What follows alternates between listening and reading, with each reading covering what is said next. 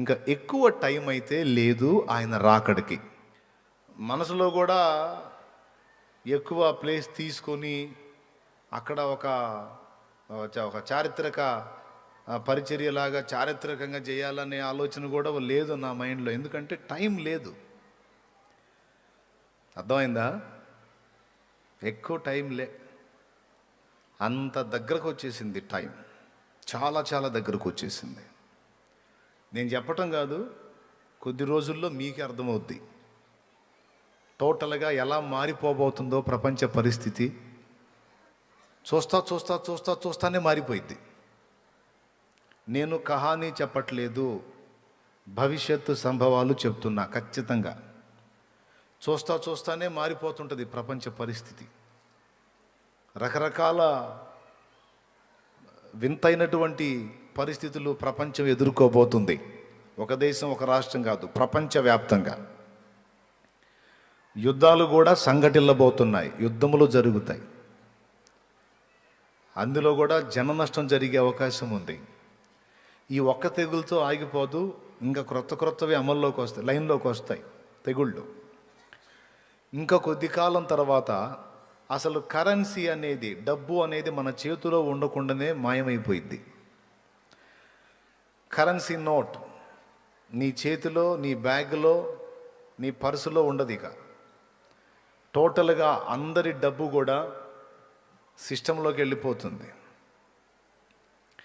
టోటల్గా అంత వ్యవస్థ అంతా కూడా కంప్యూటరైజ్డ్ అవుతుంది. అర్థమైందా? నువ్వు మార్కెట్కి వెళ్ళి కరివేపాకు కొన్నా కూడా నీ అకౌంట్లోంచి అతని అకౌంట్లోకి మనీ ట్రాన్స్ఫర్ చేయటమే. జేబులోంచి పైసలు తీసి ఇచ్చే పరిస్థితి భవిష్యత్తులో ఉండదు ఇంకా కొద్ది కాలంలో. ఇప్పటికే దాదాపు 4-5 సంవత్సరాలకు ముందు నుంచే నగదు రహిత పాలన అని ఒక స్లోగన్తో తిప్పలు పడ్డారు. ఆ రోజు ఆరంభం. ఇప్పుడు దాదాపు అందరూ బ్రదర్ మీకు గూగుల్ పే ఉందా, ఫోన్పే ఉందా, ఆ పే ఉందా, ఈ పే ఉందా అని, ఆవు పే ఉందా అన్నట్టు అడుగుతున్నారు. ఈ పే, ఆ పే ఇదంతా బాగా అభివృద్ధి చెందింది. డబ్బు మాత్రం చేతుల్లో ఉండదు. ఇదంతా ఎందుకు చెప్తున్నానంటే, ఇక రాబోతున్న దినాల్లో ఇవన్నీ మీరు గమనిస్తూ ఉంటారు. ఇది కూడా ఎందుకు అందరి డబ్బు అకౌంట్లోకి వెళ్ళిపోతుంది, అలాంటి పరిస్థితిని గవర్నమెంట్స్ ఎందుకు స్వాగతిస్తాయంటే, 2 కారణాలను బట్టి గవర్నమెంట్లు ఈ కరెన్సీ రహిత పాలన తీసుకొస్తాయి. ఇప్పుడు ఆల్రెడీ కొన్ని దేశాల్లో అమలు అవుతుంది. మన దేశంలో కూడా స్టార్ట్ అయింది. సగభాగం ఇప్పుడు అదే జరుగుతుంది. ఎంతమందికి గ్రహింపు ఉంది నేను చెప్పే సంగతి? సగభాగం ఫోన్పే, గూగుల్ పే, సగభాగమే డబ్బు. గవర్నమెంట్లు ఎందుకు భవిష్యత్తులో అలాంటి కఠిన నిర్ణయం తీసుకొని టోటల్ మనీ అంతా కూడా అకౌంట్ల రూపంలో సిస్టంలోకి పంపిస్తాయంటే 2 కారణాలు. మొట్టమొదటిది, డబ్బు కరెన్సీ రూపంలో ఉంటే బ్లాక్ చేసుకోవడానికి అవకాశం ఉంటుంది. బాగా వినండి. డబ్బు కరెన్సీ రూపంలో ఉంటే బ్లాక్ చేసుకోవడానికి, బ్లాక్ మనీగా దాచిపెట్టుకోవడానికి అవకాశం ఉంటుంది. బ్యాంక్ అకౌంట్లోనేమో కొంత డబ్బు చూపిస్తాడు, దానికి రెట్టింపు సంఖ్యలో తనకు సంబంధించిన వాళ్ళ ఇళ్లలోనో లేదా ఎక్కడైనా రహస్య ప్రదేశాల్లోనో తన దగ్గర బ్లాక్ మనీ కొంత దాచిపెట్టుకుంటాడు. ఎందుకు ఈ పని చేస్తాడు అంటే, మనీ అంతా బ్యాంకులో ఉంచాడు అనుకో, గవర్నమెంట్కి ట్యాక్స్ కట్టాలి. ట్యాక్స్ రకరకాలుగా ఉంది. ఉదాహరణకి ₹1,00,00,000 బ్యాంకులో స్థిరపరుచుకున్నాడు అనుకో, ఆ పన్నులు విచిత్రంగా ఉంటాయి. 30 లక్షలు ప్రేమతో వాళ్ళు తీసుకొని 70 లక్షలు అతనికి ఇస్తారు. ప్రేమతో. ఎవరు?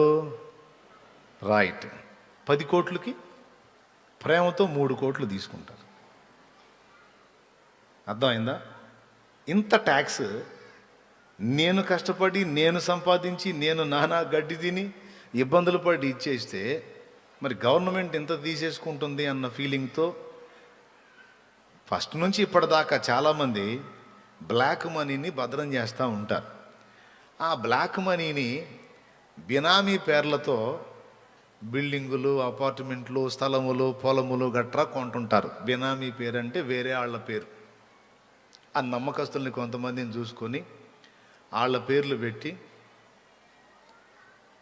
మనీ, బ్లాక్ మనీ, దాచిపెట్టిన మనీని వాళ్ళ పేరు మీద పొలాలు అవి కొంటారు. ఇలాంటి వ్యవస్థ ఇప్పుడు నడుస్తుంది ఆల్రెడీ. ఇప్పుడు అందరూ న్యాయంగా ట్యాక్స్ కడితే దాదాపు మస్తు పైసలు. అందరూ న్యాయంగా కట్టకనే ట్యాక్స్ పెంచి పడేశాడు, దొరికినోడి దగ్గర దొరికినట్టు లాగటానికి. దేవునికి స్తోత్రం. వాళ్ళు ట్యాక్స్ కొంచెం తగ్గించే పని అయితే ఇల్లు కట్టే అవకాశం ఉండొచ్చు, అదొక ప్లాను. సో అట్లా జరుగుతుంది. కాబట్టి మొత్తం కరెన్సీ లేకుండా అంతా అకౌంట్ల రూపంలోకి వచ్చేసేయాలి అన్నప్పుడు ఇంకేడ దాచి పెడతాడు? గుంట తీసి గుంటలో పెట్టాచి కాదు, ఎక్కడన్నా తీసుకెళ్ళి ఎవడింట్లోనన్నా పెట్టాచి కాదు. ఎందుకంటే దానికి రూపాయి నోటుకు విలువ లేదు కదా. అందరి డబ్బు అకౌంట్ల రూపంలోకి వెళ్ళిపోయినప్పుడు ఆధార్ కార్డు లింక్ చేస్తాడు, పాన్ కార్డు లింక్ చేస్తాడు, ఇంకా ఏదో ఉంటుంది శతాధారం మొత్తం లింకు చేస్తాడు. ఏ రూపాయి వీడికి వచ్చినా వెంటనే వాళ్ళకి సిగ్నల్ వచ్చేసిద్ది, వాడికి ₹1 వచ్చిందని. రూపాయి వచ్చిందా, మన వంతు లాగండ్రా అంటాడు. వాడికి ₹1,00,00,000 వచ్చిందా, 30 లక్షలు మనయ్యే తీసుకుంటా. ఆ విధంగా గవర్నమెంట్కి డబ్బంతా కూడా మస్తు చేరుతుందన్నమాట.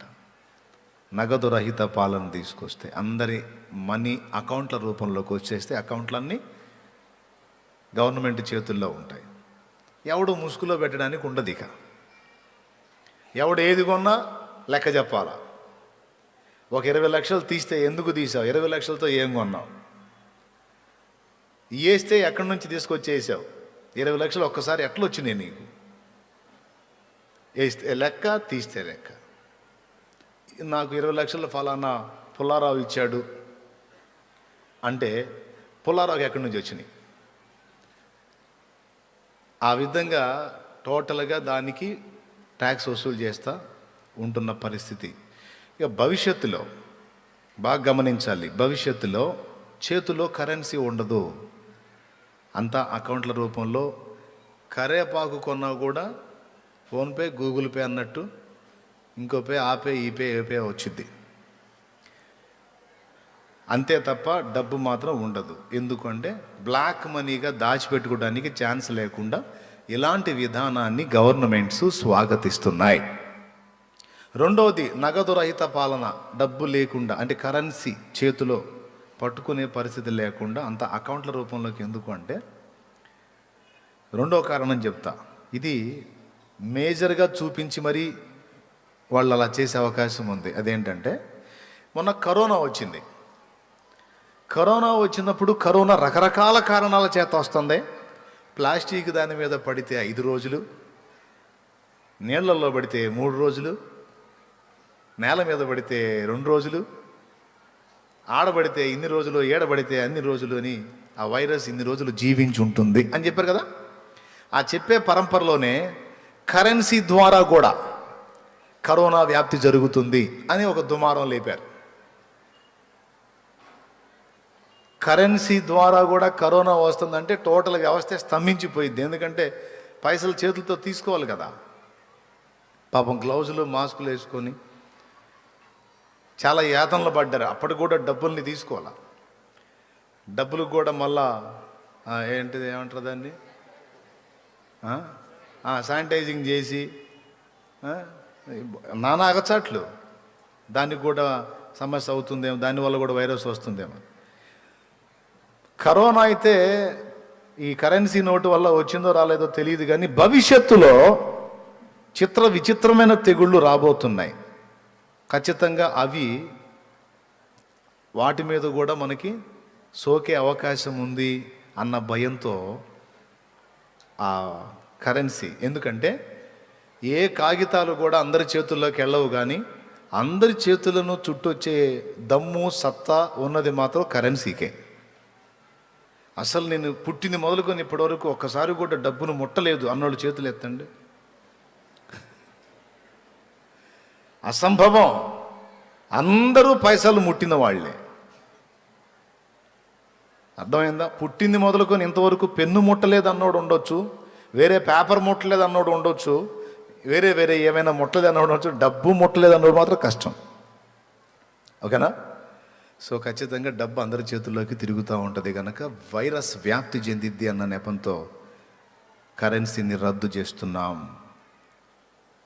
మీరు ఉదాహరణకి ₹1,00,000 మీ దగ్గర ఉందనుకో, బ్యాంక్ దగ్గరికి వెళ్ళి ఆ ₹1,00,000 ఇచ్చేసి అకౌంట్ ఓపెన్ చేసుకొని అకౌంట్లో వేసేసుకోండి. బ్యాంక్ కూడా ఏం చేస్తాడు, మాకు ఆ లెక్క చెప్తాడు, మేము ఆ నోట్లన్నిటినీ కాల్ చేయటమో లేకపోతే ఏదో ఒకటి చేసేస్తాం మేము అనే ప్రతిపాదన ఏదో ఒకటి తీసుకొచ్చి, ఎందుకు వైరస్ వ్యాప్తి కాకుండా ఇలా చేస్తున్నాం అని మీకు ఆల్రెడీ ఉన్న మనీని అకౌంట్ రూపంలో తెచ్చుకోండి ప్రేమగా చెప్తే అందరూ తీసుకెళ్ళి డబ్బులు వాళ్ళకి అప్పచెప్పి అకౌంట్లు ఓపెన్ చేసుకుని అందులో వేస్తారన్నమాట. ఈ విధంగా భవిష్యత్తులో ముందు చెప్పిన బ్లాక్ మనీ సమస్యను బట్టి కానీ లేదా ఇప్పుడు చెప్పినటువంటి వైరస్ సమస్య వల్ల కానీ ఎక్సెట్రా అందరి డబ్బు అకౌంట్ల రూపంలోకి వెళ్ళిపోతుంది. ఎవరి చేతిలో కరెన్సీ నోటు ఉండదు.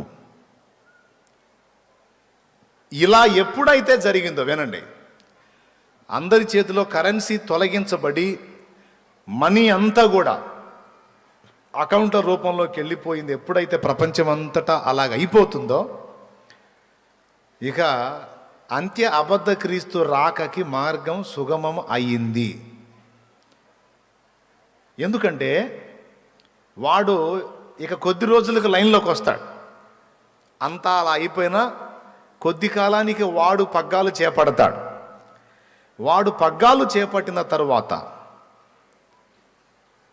వాడు ఫస్ట్ మనల్ని ఇబ్బంది పెట్టేది అక్కడే.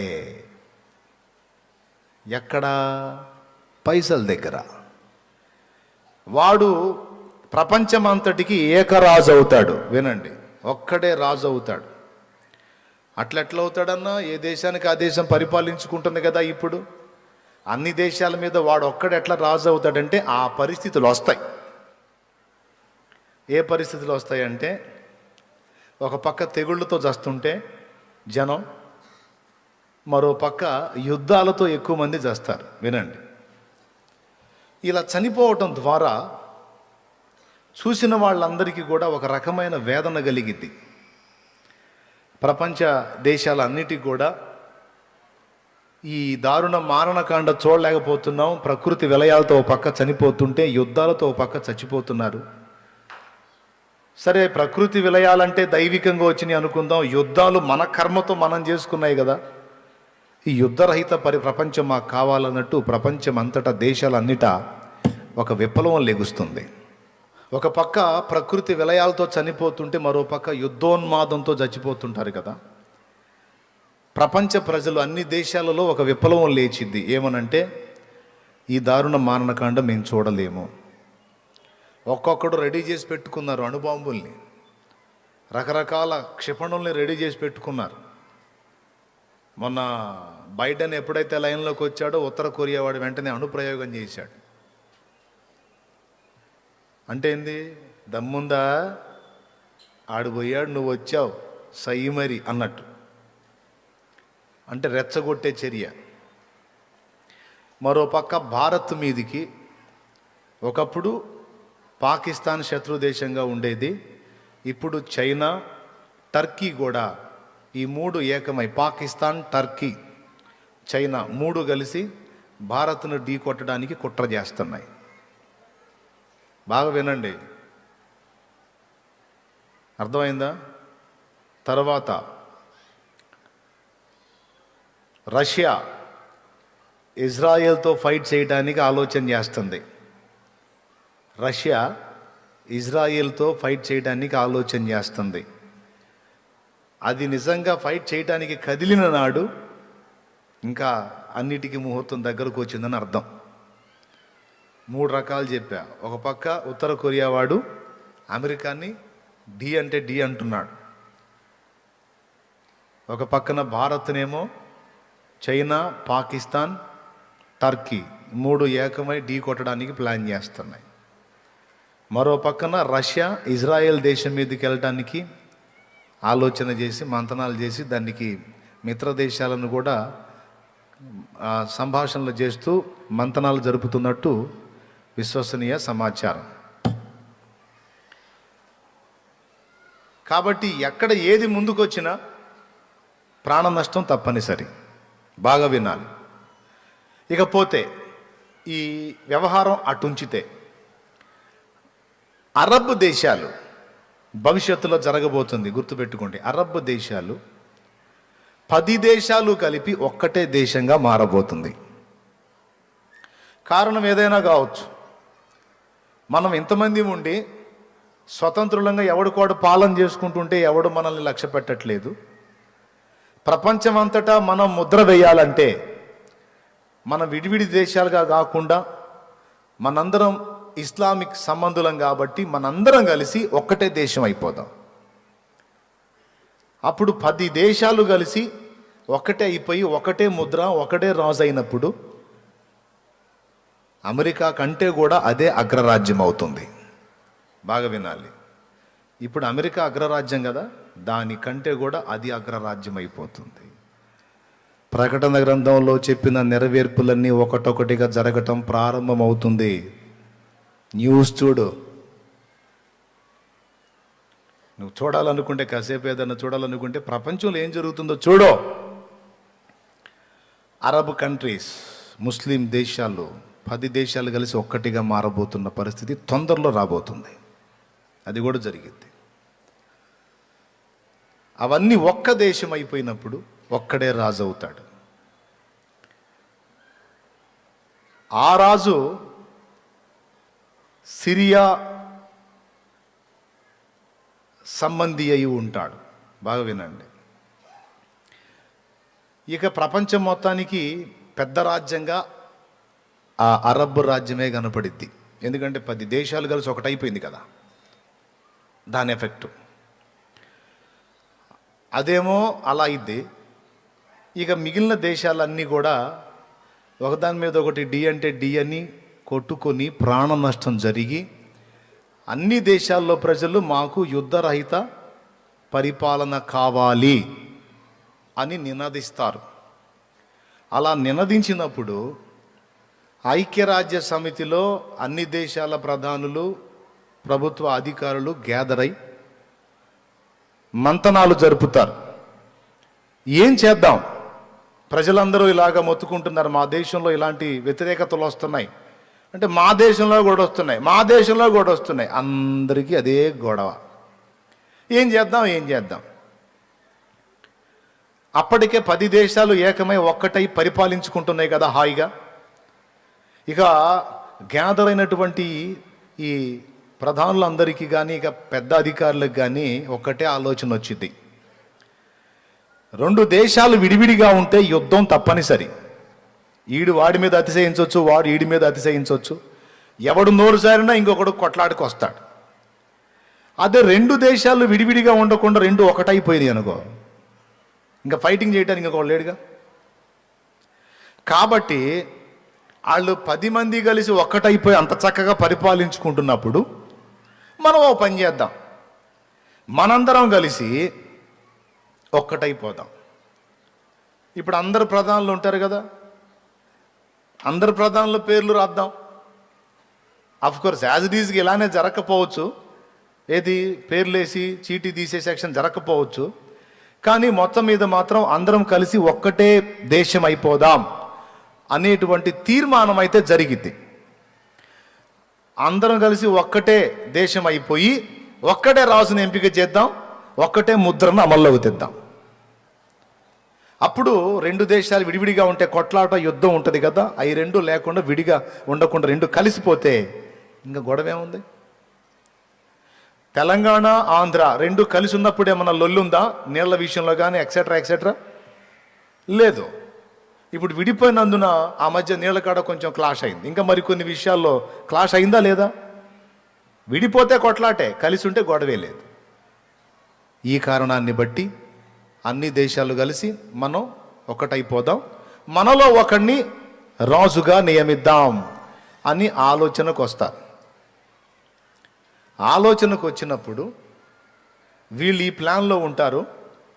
ఒక పక్క ప్రకృతి విలయాలు జరుగుతూ ఉంటాయి. అమెరికా అన్ని విధాలా ఎఫెక్ట్ అయిపోయి ఆర్థిక మాంద్యంతో, ప్రకృతి వైపరీత్యాలతో, రకరకాల పరిస్థితులతో అమెరికా భయంకరంగా ఎఫెక్ట్ కాబోతుంది భవిష్యత్తులో. అగ్రరాజ్యం అని పేరే కానీ ఆ స్థాయిని కోల్పోతుంది అమెరికా. ఎక్కడి దాకా ఎందుకు? మొన్న ట్రంప్ టైంలోనే టెన్షన్ వచ్చింది ఆయనకి. ఎందుకు అంటే విపరీతమైన జన నష్టం జరుగుతుంది ఈ కరోనా వల్ల. జరుగుతున్నా సరే లాక్డౌన్ ప్రకటించాల చాలా కాలం. ఎందుకు ప్రకటిస్తే అన్ని విధాలా ఎఫెక్ట్ అవుతుంది, దాని యొక్క అగ్రత్వాన్ని కోల్పోయే ప్రమాదం కూడా ఉంది. ఆ కారణం చేత వ్యవస్థ నడవటానికి బ్రేక్ లేకుండా కొంతకాలం నడిపినందుకు ఎక్కువ మంది ఎఫెక్ట్ అయిపోయారు. మొన్ననే ఆ డేంజర్ వచ్చింది, దానికి కొద్దిగా మళ్ళా తప్పించుకుంది. ఇక రాబోతున్న రోజుల్లో మాత్రం ఖచ్చితంగా అయింది. ఏమిరా అమెరికా మీద ఏమైనా పగబట్టావా అంటే నేను కాదు, దేవుని యొక్క గ్రంథం చెబుతున్న సాక్ష్యం.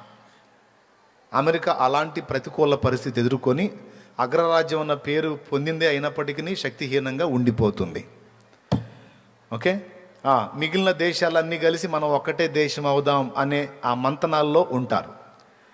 ఆ ప్రక్క 10 మంది రాజులు ఏకమై ఒకడికే రాజ్యాన్ని అప్పచెప్తారు. దాన్ని దశరాజ్య కూటమి అంటారు. ఆ దశరాజ్య కూటమికి ఒకడు రాజుగా ఉంటాడు కదా, వాడు పరిపాలన మొదలు పెడతాడు. ఆ పరిపాలన బాగానే ఉందని వీళ్ళు అనుకుంటారు. వినండి, ఎవరు? ఈ మిగిలిన దేశాల వాళ్ళు. దాన్ని బట్టి మనం కూడా ఒకటైపోదాం, ప్రపంచమంతా ఒక్కటే దేశం అయిపోదామని ఆలోచన చేస్తారు కదా. ఈ మంతనాలు జరుగుతున్న టైంలో అక్కడ ఆ 10 దేశాలకు ఒకడే రాజు అవుతాడని చెప్పాను కదా, అరబ్ దేశాలకి. ఆ ఒక రాజు మీద 10 మంది అప్పచెప్పారు వాడికి అధికారం. అందులో 3 రివర్స్ అయ్యి అతని మీద తిరుగుబాటు చేస్తారు. నువ్వేదో మంచోడు అని, నువ్వు మంచిగా వెళ్తావని మేము నీకు అవకాశం ఇచ్చాం, కానీ నువ్వు మాకు అభ్యంతరకరమైన రీతిలో పాలన చేస్తున్నావు కనుక నీ అధికారానికి మేము ఒప్పుకోము అని రివర్స్ అవుతారు. నేను ఇప్పుడు రాజుని, నా మీద ఎదురొస్తారా మీరు? నా మీద తిరుగుబాటు చేస్తారా? మీ అంతు తేలుస్తానని వాడు వాళ్ళ మీద ఫైట్ చేయడానికి ఇష్టపడతాడు. అప్పుడు వాళ్ళు ఏం చేస్తారంటే కుట్ర చేసి వాడిని చంపుతారు. ఆ 10 దేశాల మీద రాజుగా ఎవరైతే ఉంటాడో అతన్ని చంపుతారు. ఇప్పుడు అమెరికాలో మొన్న ఎవరెక్కారు? దిగిపోయిన ఆయన పేరు ఏం పేరు? ట్రంప్ దిగిపోయాడు. ఎవరెక్కారు? బైడెన్. అమ్మ, పిల్లలు కూడా అంటున్నారు ట్రంప్ దిగాడంట, బైడెన్ ఎక్కాడంట. ఒరే బాబు, ఒక మాట చెప్పండి, తమిళనాడు ముఖ్యమంత్రి ఎవరు నాన్న? తెల్వది. ఒరిస్సా ముఖ్యమంత్రి ఎవరమ్మా? తెల్వది. మహారాష్ట్ర ముఖ్యమంత్రి ఏమో. కర్ణాటక ముఖ్యమంత్రి ఏమో. మీరు చెప్పండి, చాలా వరకు తెలియదు. అరే, మన దేశంలో మన రాష్ట్రాలకు ఉన్న ముఖ్యమంత్రులు ఎవడో మనకు తెలియదు, కానీ అమెరికా అధ్యక్షుడు మాత్రం ఎవడు దిగిన ఆయన పేరు ఏం పేరు బాబు అంటే పిల్లలతో సహా ట్రంపు అన్నారు. ఎక్కిన ఆయన ఎవరయ్యా అంటే బైడెన్ అన్నారు. అంటే అమెరికా అగ్రరాజ్యం కనుక మన పక్క రాష్ట్రాల ముఖ్యమంత్రులు కూడా మనకు తెలియదు, కానీ అమెరికాలో ఏం జరుగుతుందో, ఎవడు ఎక్కుతున్నాడో ఎవడు దిగుతున్నాడో ఎప్పటికప్పుడు మనకి సమాచారం ఉంటుంది. ఎందుకంటే అది అగ్రరాజ్యం యొక్క ఘనత. మరి ఈ మాత్రం అమెరికాకే ఈ స్థాయి ఉంటే 10 దేశాలకు ఒక్కడే రాజు అయిన వాడు టాప్ నంబర్ 1లో ఉంటాడు, టాప్ 1లో ఉంటాడు. అంటే వాడి యొక్క చావు బ్రతుకు విధానం అంతా కూడా మనకు తెలుసుద్ది. కాబట్టి ఫలానా దేశాల మీద అధిపతిగా అయిపోయిన ఆ రాజు గారిని ఫలానా కారణం చేత చంపారట. ప్రజల సందర్శనార్థమై ఆయనను ఇదిగో ఇలాగ ఉంచారు అని ఆయనని అలా పెట్టి అందరూ చూడటానికి 3 రోజులనో 5 రోజులనో ఉంటుంది కదా. పెద్ద పెద్దోళ్ళు పోతే వెంటనే తీసుకెళ్ళి గుంటలో పెట్టరు. మామూలు వాళ్ళు పోతే పోయిందాకా ఇబ్బంది, పోయినోడిని బూడ్చిపెట్టిన దాకా ఇబ్బంది, తొందరపడుతుంటారు. కానీ ప్రపంచం మొత్తం గుర్తించినటువంటి వ్యక్తి చేస్తే డింగ్మని తీసుకెళ్ళి గుంటలో పెట్టరు. చూడటానికి ప్రజల సందర్శనార్థమే అతనిని భద్రపరిచి అందరూ చూడటానికి ఏర్పాటు చేస్తారు. అలాగా అతనిని 3 దినాలు ప్రజల సందర్శనార్థమే ఉంచుతారు. ఉంచినప్పుడు అతడేం చేస్తాడంటే 3వ రోజు అందరూ చూస్తూ ఉండగానే దిగ్గున లేచి కూర్చుంటాడు, చచ్చిపోయినాడు. ఆ వింత ఇప్పుడు టీవీలు మారిపోయి సెల్ ఫోన్లు వచ్చినాయిగా, బాత్రూంలో కూర్చొని సెల్ చూసేవాడికి కూడా సమాచారం అందిద్ది. దేవునికి స్తోత్రం, హల్లెలూయా. కొంతమంది అంతే కదా, బాత్రూంలో పోయి ఆ కొద్దిటే ఎందుకు వేస్ట్ చేయాలి కదా, అది ఆ స్థితిలో ఉన్నోడికి కూడా మ్యాటర్ అందిద్ది. ఏమని, ఫలానా వ్యక్తి ఇలా చనిపోయాడు, ఇలా లేదు. ఇప్పుడు సింపుల్, ఇప్పుడు మన టీవీలో ఎంత డెవలప్ అయినాయి చూడండి. న్యూస్ వాళ్ళు స్టేజీ మీద మెట్లు ఎక్కిపోతా ఒక మంత్రి గారి కాలు జారింది అనుకో, మొన్న ఆ మధ్య ఎవరు కూతురో పాపం జారి పడింది. ఆమె పడింది ఒకసారే, టీవీ వాళ్ళు 1000 సార్లు పడేశారు ఆమెని. ఆమె పడింది ఒకసారే, పడ్డది, దులిపేసుకొని లేచి వెళ్ళిపోయింది. ఆమె పనిలో ఆమె ఉంది. ఆ పొద్దున్న నుంచి సాయంత్రం దాకా ఆమె పడుతూనే ఉంది.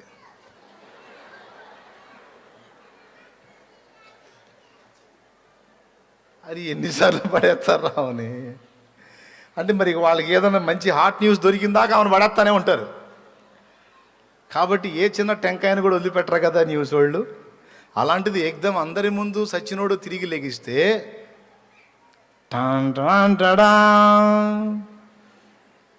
ప్రపంచం మొత్తాన్ని ఆశ్చర్యంలో ముంచెత్తినటువంటి అద్భుత సంఘటన అని మొదలుపెట్టి అదంతా లైవ్ చూపిస్తూ ఉంటారు.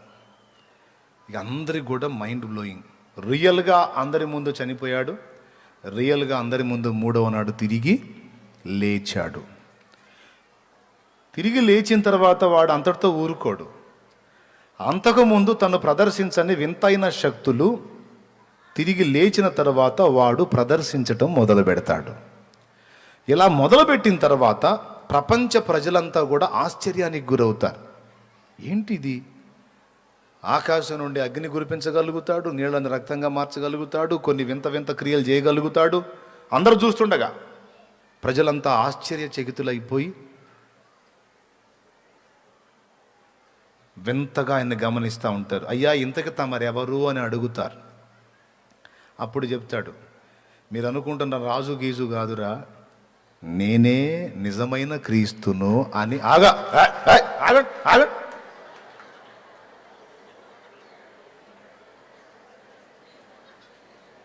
వాడు అబద్ధ క్రీస్తు, దొరికితే చాలు ఇక ఎగబడి కొట్టడమే. దేవునికి స్తోత్రం కలుగును గాక. ఓకేనా, వాడు అబద్ధ క్రీస్తు. వాడేం చెబుతాడు, నేనే క్రీస్తు అని అబద్ధం చెబుతాడు. క్రీస్తుని అనుటకు రుజువులు ఇవిగో అని చచ్చి తిరిగి లేచిన ఘట్టం ఒకటి వాడుకుంటాడు.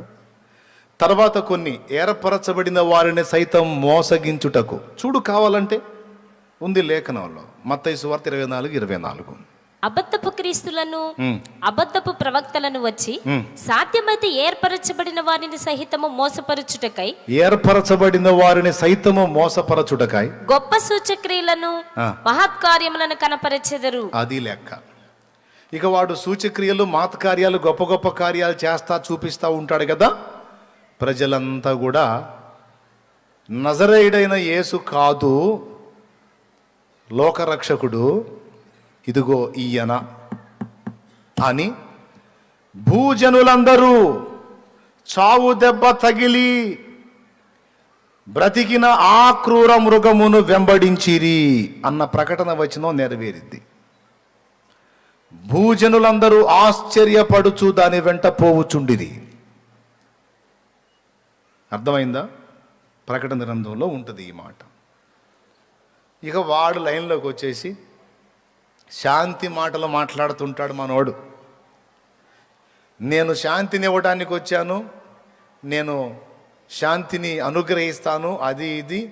నేను ఇక లైన్లోకి వచ్చాను కనుక ఇక ప్రపంచం మొత్తాన్ని కూడా సమాధానంగా నేను పరిపాలిస్తాను, మీరు ఎదురు చూస్తున్న దేవుడిని నేను వచ్చేసాను, ఇక మీకు దిగులు లేదు అని వాగ్దానం చేసి హడావుడి చేస్తుంటాడు. వాడు చేసే అద్భుతాలు, చచ్చి తిరిగి లేచిన విధానం, ఇవంతా ప్రపంచ దేశాల ప్రజలందరూ చూస్తారు కదా, ప్రపంచ దేశ నాయకులు కూడా చూస్తారు కదా. ఇక వీళ్ళందరూ కలిసి ఒక నిర్ణయానికి వస్తారు. ఏమనో తెలుసా? ఇప్పటిదాకా మనం మనుషులను ఏల్దాం అనుకుంటున్నాం, అందరం ఒక్కటైపోయి, ఇప్పుడు దేవుడే మన మధ్యలోకి వచ్చాడు. ఎవరో దేవుడే మన మధ్యలోకి వచ్చాడు. సాక్షాత్తు క్రీస్తే వచ్చాడు గనుక యేసుక్రీస్తు అంటేనే శాంతి సమాధానం కదా.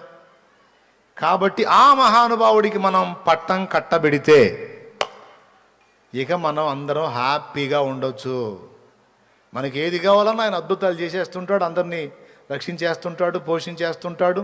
ఇక ఏది జరిగినా ఆయన అనుమతి లేకుండా ఏది జరగదుగా, సర్వభూమి ఆయనదే కదా, దేవుడు కదా అని అతనిని దేవుడిగా విశ్వసించి ఇక అతనే రాజై పాలిస్తే ఇంకంతకంటే కావాల్సిందేముందని అందరూ కలిసి అతనికి పట్టం కట్టడానికి, ప్రపంచమంతటి మీద అతని రాజుగా నియమించడానికి ఇష్టపడతారు.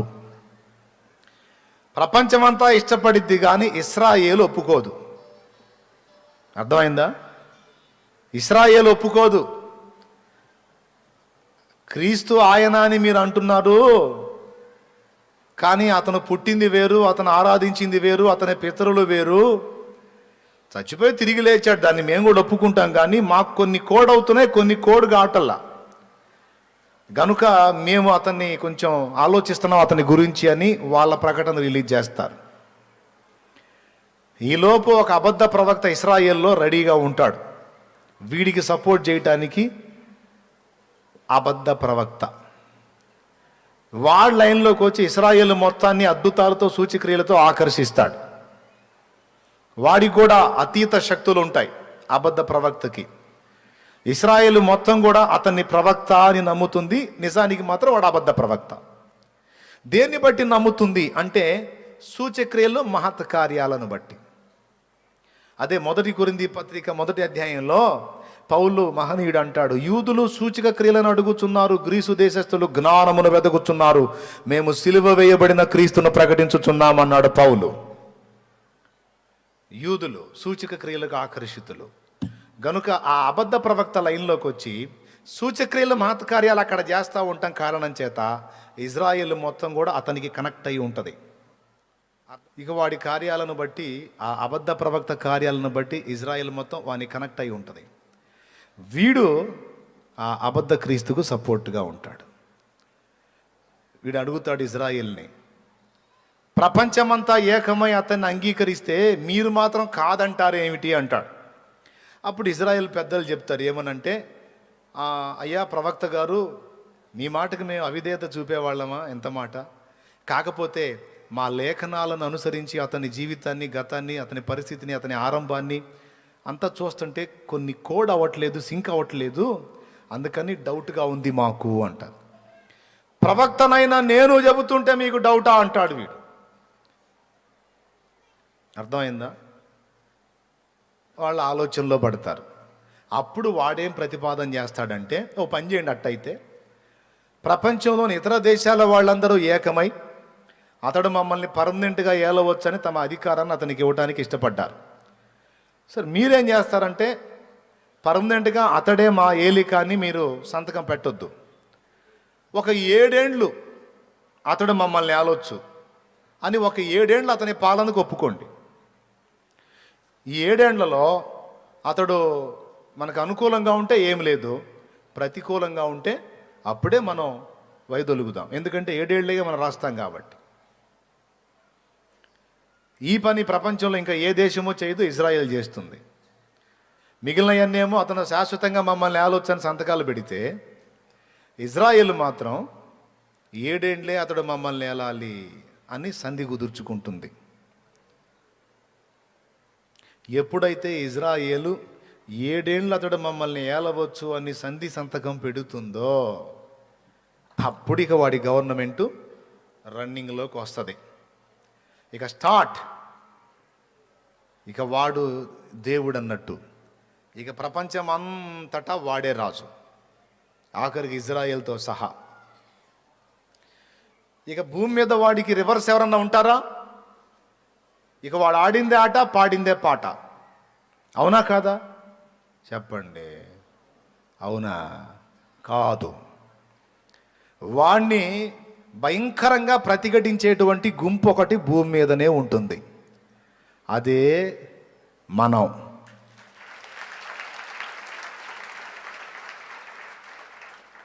ప్రకటన గ్రంథ లేఖనాలు చెప్పిన ప్రకారం నువ్వు వచ్చావరా, నీ చరిత్ర మిగిలిన వాళ్ళకి తెలియదు, మాకు తెలుసు.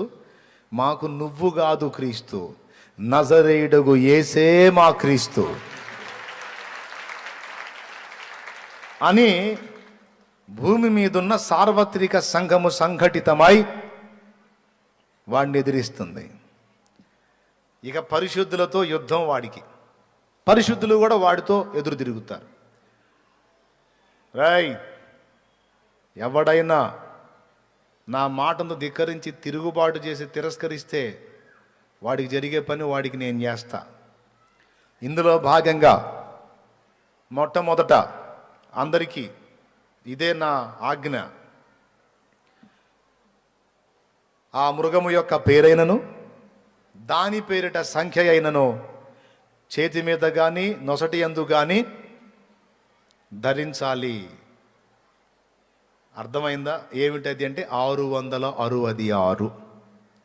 ఆ మృగము పేరైనను దాని పేరిట సంఖ్య అయినను ముద్ర అది కలిగి ఉన్నవాడు తప్ప క్రయ విక్రయములు చేయుటకు ఇక ఎవరికి అధికారము లేదు. నీ దగ్గరున్న వస్తువు అమ్మాలన్నా, ఎదురున్న వస్తువు కొనాలన్నా, కరివేపాకు కొనాలన్నా కూడా మార్కెట్కి వెళ్తావు, ఒక కట్ట కరివేపాకు అయ్యా అంటావు. అతను ఏమంటాడు తెలుసా? ముద్ర ఏది అంటాడు. ముద్ర ఏంది అంటే నీ పేరు చెప్పు అంటే పేరు చెప్తాడు. అకౌంట్ ఓపెన్ కాదు, అకౌంట్ ఓపెన్ కావట్లా అంటే ఓపెన్ కాదు బాబు అంటాడు. ఎవరు? సత్క్రైస్తవుడు. ఎందుకు కాదు అంటే ముద్ర వేయించుకోలేదని. ముద్ర వేయించుకోకపోతే ఎక్కడ ఇస్తావు యాపబో అంటారు. కొనుటకైనను అమ్ముటకైనను అవకాశం ఉండదు. ఎందుకు తెలుసా? వాడు అక్కడి నుంచి ఆజ్ఞ జారీ చేస్తాడు. ముద్ర వేయించుకుంటేనేమో యుగ యుగాలు దేవుని ఉగ్రతను కోపమును మద్యం తాగాల్సి ఉంటుంది. వేయించుకోపోతేనేమో వాడు కూడు నీళ్లు లేకుండా చేస్తాడు. ఇప్పుడు నిజ క్రైస్తవుడు ఎవడో డూప్లికేట్ ఎవడో బయటపడిద్ది. ఎంతమందికి అర్థమైందో స్తోత్రం చెప్పండి. హల్లెలూయా. చాలామంది కూటాలు పెట్టి యేసుప్రభు అద్భుతాలు సూచక్రియలు మాత కార్యాలు చేస్తాడు, అట్లా చేస్తాడు, ఇట్లా చేస్తాడంటే నమ్ముకున్నాం. కానీ కూటి నీళ్ళు లేకుండా చంపుతాడంటే నేను ఎందుకు నమ్ముకుంటాను? అమ్మాయి నేను పోతున్నా. ఎక్కడికమ్మా? ముద్ర వేయించుకుంటా. పిచ్చి మొహమా, వాడి పరిపాలన అంతా 3.5 ఏండ్లు. వాడు మనల్ని చంపినా లేక ఆకలితో మనం చచ్చినా నువ్వేం చింతపడొద్దు, మళ్ళా ఏ శైలి లేపుతాడు. నా మాట విను, వద్దు అని సత్క్రైస్తవురాలు తన తండ్రినో తల్లినో ఆపుతుంది. మరి అన్న వాడు కూడు నీళ్ళు లేకుండా చేస్తే మరి ఏసై మనకి ఏం చేస్తాడు? భయపడొద్దు. వాడు అన్నం లేకుండా నీళ్లు లేకుండా చంపడానికి ప్రయత్నించినా, వాడు నీకు ప్రాణహాని తలపెట్టడానికి ప్రయత్నించినా హతసాక్షుల లెక్కలో ఉన్నవాళ్ళు మాత్రమే హతులవుతారు తప్ప ఇక మిగిలిన వాళ్ళందరినీ దేవుడు ఏలియా దేవుని వలె ఆనాడు పోషిస్తాడన్నమాట. దేశమంతా కరువు, ఏలియాకు మాత్రం రొట్టెలు మాంసం. అట్లాగా ముద్ర వేయించుకున్న వాళ్ళకేమో జల్సాగా అన్నీ ఉన్నాయి అని ఆనందపడుతుంటారు ముద్ర వేయించుకున్న వాళ్ళు. ముద్ర లేనోడేమో మోకాళ్ళలోని ప్రభువా నువ్వే ఆహారం పంపించు, నువ్వు ఏలియా దేవుడివై ఆనాడు ఏలియాకి ఆహారం ఇచ్చావు కదా, ఈరోజు నేను నా భార్య నా పిల్లలు ఆకలితో ఉన్నాం దేవా, దయచేసి మాకు ఆహారం పంపు అంటే ఆనాడు అద్భుతమైన రీతిలో ఆయన నీకు పోషణ పంపుతాడు. అన్నా నిజంగా పంపుతాడో వదిలేస్తాడో అనే డౌటు నీకు అక్కర్లేదు. అర్థమైందా? ఇంకొకటి కూడా చెప్తా, ఆ రోజు హతసాక్షి మరణానికి కూడా నువ్వు వెనకాడవు. యేసు ప్రభుని నజరేయుడుకు యేసుని నమ్ముతావా, నీకు శిరచ్ఛేదం చేయమని ఆజ్ఞ వచ్చిందంటే తొందరగా పదండి ఆ కార్యక్రమం కానివ్వండి అని నువ్వే వాళ్ళ వెంట పడతావు. ఎందుకన్నా మెంటలెక్కిద్దా ఏంది అని అడగవాకు. మెంటలెక్కదు, ఆత్మ అభిషేకం కుమ్మరించబడిద్ది. వాడు తన కాళ్ళ మందు బయలుపడినట్లు వానికి మనకు మధ్య ఉన్నటువంటి ఆత్మ వానికి మనకు మధ్యలో నుండి పక్కకు తొలగి మన మీదికి వస్తాడు. అది కడవరి వానకాలం. ఇక కుమ్మరించబడిద్ది అభిషేకం. ఇక చిన్న పెద్ద వృద్ధుడు స్త్రీ పురుషుడు అందరూ కూడా దేవుని సత్క్రైస్తవులు అందరూ కూడా క్రీస్తు సాక్షులుగా నిలిచి భగ్గున మండుతారు. వాడు చర్చిలు మూపిస్తాడు. గుర్తుపెట్టుకోండి, చర్చిలు మూపిస్తాడు, అంతటితో ఆగడు. మసీదులు మూపిస్తాడు, అంతటితో ఆగడు. ఈరోజు మనోళ్ళు గందరగోళం అవుతున్నారు కదా గుళ్ళు, అవి కూడా మూపిస్తాడు. ఇదేంది అంటున్నారా? అంతే. ఏది దేవుడు అనబడునో ఏది పూజింపబడునో దానంతటికి పైగా వాడు తన్ను తానే హెచ్చించుకొనును. దాని అర్థం ఏంటంటే ఎక్కడ ఎవరు ఏ గుడి ఏ కార్యక్రమం పెట్టబోయినా ఒకటే ఆజ్ఞ, అరే నిజమైన దేవుణ్ణి నేనే వచ్చి మీ కళ్ళ ముందు ఉంటే మళ్ళీ మీరు అక్కడెక్కడ మొక్కేదేందిరా, ప్రత్యక్ష దైవం నేను మీ కళ్ళ ముందు ఉంటే అంటాడు. జనాలు కూడా ఇక వేరే వాటిని వదిలేస్తారు, ఎందుకంటే మనకు దేవుడే కళ్ళ ముందు కనపడుతున్నాడు కదా, ఇంకేంటి అని అంత బ్రేక్. ఒకవేళ ఆ టైంలో మనము ఉన్నట్టయితే, ఏది ఇంకా కొద్ది కాలంలో చాలా తొందరగా అయినట్టయితే, ఇంత మందిరం కూడా ఖాళీ హోతా హే. దానికి ముంగుర్తుగానే మొన్న కరోనా చిన్న జర్క్ ఇచ్చింది. స్తోత్రం. పెద్ద పెద్ద మందిరాలు సైతం బ్రేక్ అయిపోయినాయి, చిన్న మందిరాలు సైతం బ్రేక్ అయిపోయినాయి. ఆ పెద్ద వాటిల్లో ఇది కూడా ఒకటి కదా దేవుని కృపతో. చూసారా మరి ఇందులో కూడా జరిగిందా? ఎంత? ఒక రోజా, 2 రోజులా, 3 రోజులా, కనీసం 3 నెలల పైచిలుకు. రేపు వాడి కాలంలో కూడా 3.5 సంవత్సరాలు బ్రేక్ అయిపోయింది. చెవులు గలవాడు ఆత్మస్వరం వినుగాక, భవిష్యత్తు సంభవం. 3.5 నెలలు చర్చి బ్రేక్ అయినట్టు. నిజంగా అండి, కరోనా టైములో ఎలాగైతే అందరినీ కంట్రోల్ చేసి కరోనా అందరినీ తన గుప్పెట్లో పెట్టుకుని గడగడగడ వణికించిందో, దేశ ప్రధానాధికారులు సైతం మాస్కులు పెట్టుకొని మనిషికి బారెడు దూరంగా కూర్చొని నానా బాధలు పడ్డారు కదా. రాజు నుంచి బీదవాని వరకు అందరికీ మాస్క్ వచ్చినట్టు రేపు వాడి పాలనలో ముద్ర వస్తుంది. ముఖానికి చేతికి, ముఖానికేమో మాస్కు, చేతికేమో గ్లౌజు. యాజ్ ఇట్ ఈజ్గా రేపు వాడి పాలనలో ముఖానికేమో నొసళ్ళ యందు ముద్ర, చేతి మీద ముద్ర. 3.5 నెలలు ఇది అల్లాడించింది. 3.5 ఏండ్లు వాడల్లాడిస్తాడు. 3.5 ఏండ్లు గుళ్ళో పూజలు లేవు, మసీదుల్లో నమాజులు లేవు, చర్చిల్లో ప్రార్థనలు లేవు. ఓకేనా? నేను అందుకే 2-3 సార్లు చెప్పాను కూడా, యాజ్ ఇట్ ఈజ్గా ఇది ఎలాగైతే వాతావరణం ఉందో ఇలానే వాడు వచ్చినప్పుడు ఉంటుంది లైన్లో అని చెప్పా. అలా జరిగిద్ది. అప్పుడు ఇక అంతటా వాడిదే ఆరాధన, అంతా వాడికే భజన. ప్రతి ప్రాంతంలో వాడి విగ్రహం పెట్టేస్తాడు. ఆ విగ్రహానికి స్పెషల్ పవర్ ఉంటుంది. ఒక మనిషిలాగానే మనతో వ్యవహరిస్తుంటుంది అది. నేను చెప్పలా, బైబిల్లో ఉంది, అది మాట్లాడిద్దని ఉంది. చూస్తారా ఒక్కసారి ఆ వచనం? చూడండి, ప్రకటన గ్రంథం అదేదో అధ్యాయం, అదేదో వచనం. 13వ అధ్యాయము 14-15 వచనాల నుంచి చదువు తల్లి.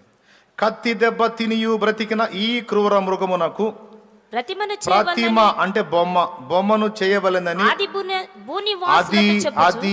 భూనివాసులతో చెప్పుచు ఆ మృగము ఎదుట చేయుటకు తనకి ఇయ్యబడిన సూచన వలన భూనివాసులు మోసపుచ్చుచున్నది. అది అబద్ధ ప్రవక్త అన్నమాట. ఓకే. మరియు ఆ మృగము యొక్క ప్రతిమ మాట్లాడినట్లును ఆ మృగము యొక్క ప్రతిమకు నమస్కారము చేయని వారిని హతము చేయనట్లును ఆ మృగము యొక్క ప్రతిమకు ప్రాణమిచ్చుటకై దానికి అధికారం ఇయ్యబడెను. ఈ విధంగా సపోర్ట్ చేసేది ఎవరయ్యా అంటే ఘట సర్పమేనా? పైన చెబుతున్నాడు. మరియు భూమిలో నుండి మరి ఒక క్రూర మృగం పైకి వచ్చడం చూచింది. గొర్రె పిల్ల కొమ్ము అంటే 2 కొమ్మలు దానికి ఉండి అది ఘట సర్పం వల్ల మాట్లాడుచుండాను. అది రైట్. ఘట సర్పం అబద్ధ ప్రవక్త కాదు. వాళ్ళ లైన్లోకి వస్తాడు, ఇంకొక లైన్లోకి వస్తాడు. మొత్తం దుష్టత్రయం, ముగ్గురు. ఘట సర్పం ఒకటి, క్రూర మృగం అంటే అంత్య అబద్ధ క్రీస్తు, అబద్ధ ప్రవక్త. డైరెక్ట్గానే ఉంటుంది స్టేట్మెంట్. ముగ్గురు. దీన్ని దుష్టత్రయం అంటారు, దైవత్రయం లాగా.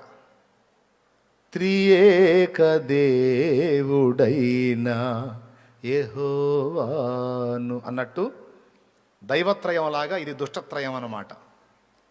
త్రయం ముగ్గురు, త్రయం అది. సరే, పక్కన పెడదాం ఆ విషయాన్ని. తర్వాత చదువు తల్లి. మృగము యొక్క ప్రతిమ మాటలాడునట్లును ఆ మృగము యొక్క ప్రతిమకు నమస్కారము చేయని వారిని హతము చేయునట్లును ఆ మృగము యొక్క ప్రతిమకు ప్రాణమిచ్చుటకై దానికి అధికారం ఇయ్యబడినో. కాగా కొద్దివారు గాని గొప్పవారు గాని ధనికులు గాని దరిద్రులు గాని స్వతంత్రులు గాని దాసులు గాని అందరూ తమ కుడి చేతి మీదనైనను తమ నొసటి యందైనను ముద్ర వేయించుకొనున్నట్లును ఆ ముద్ర అనగా ఆ మృగము పేరైనను దాని పేరిటి సంఖ్య అయినను గలవాడు తప్ప క్రయ విక్రయములు అంటే కొనటం గాని అమ్మటం గాని చేయుటకు మరి ఎవనికి అధికారము లేకుండునట్లును అది వారిని బలవంతము చేయుచున్నది. ఓకేనా? బొమ్మ విగ్రహం లైన్లో తెస్తాడు, దానికి ప్రాణం ఉంటుంది, మామూలుగానే మాట్లాడుతుంటుంది. అన్ని ఏరియాల్లో వాడు ఉండేది, మళ్ళీ ఒక కేంద్రంలో వాడు ఉంటాడు మెయిన్లో. వాడి విగ్రహాలు అన్ని ప్రాంతాల్లో పెట్టబడతాయి. ఎవడన్నా మొక్కినా దానికి, మొక్కల రిక్వెస్ట్ చేసినా దానికి, ఏదైనా సరే అది నీకు ఆన్సర్ చేస్తుంటుంది. అలాంటి సౌకర్యం అందుబాటులోకి తెస్తాడు వాడు. హలో, ఏ సినిమా నై, ఏ ఒరిజినల్ హై, అచ్చా సునో నైతో కామ్ ఖతం హోతా. దేవునికి స్తోత్రం, హల్లెలూయా. ఇది ఒరిజినల్గా జరగబోతున్న విషయం. ఆ తర్వాత ఇక భూ ప్రజలంతా వాడికి దాసులైపోతారు. సంఘం మాత్రం రివర్స్ అయింది. ఇక భూమి మీద వాడికి శత్రువులు ఎవరు? భూమి మీద వాడికి యుద్ధం ఎవరితో అంటే పరిశుద్ధులతో.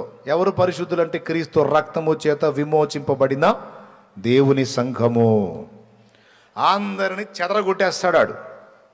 నక్సల్స్ అడవిలోకి పోయి తలదాచుకున్నట్టు అంత్యకాలములో సంఘము అంత్య అబద్ధ క్రీస్తు చేత ఘోర శ్రమలు పొందుతుంది. ఆయన సంఘమునకేమి కాకుండా దేవుడు అద్భుతంగా కాపాడుకుంటాడు.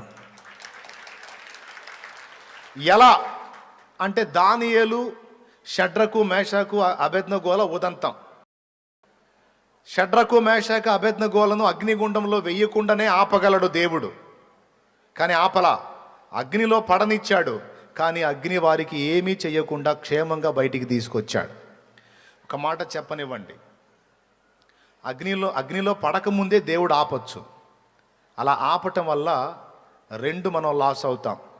నంబర్ 1, షడ్రకు, మేషకు, అబేద్నెగోల యొక్క తీర్మానంలోని స్థిరత్వం మనకు అర్థం కాదు.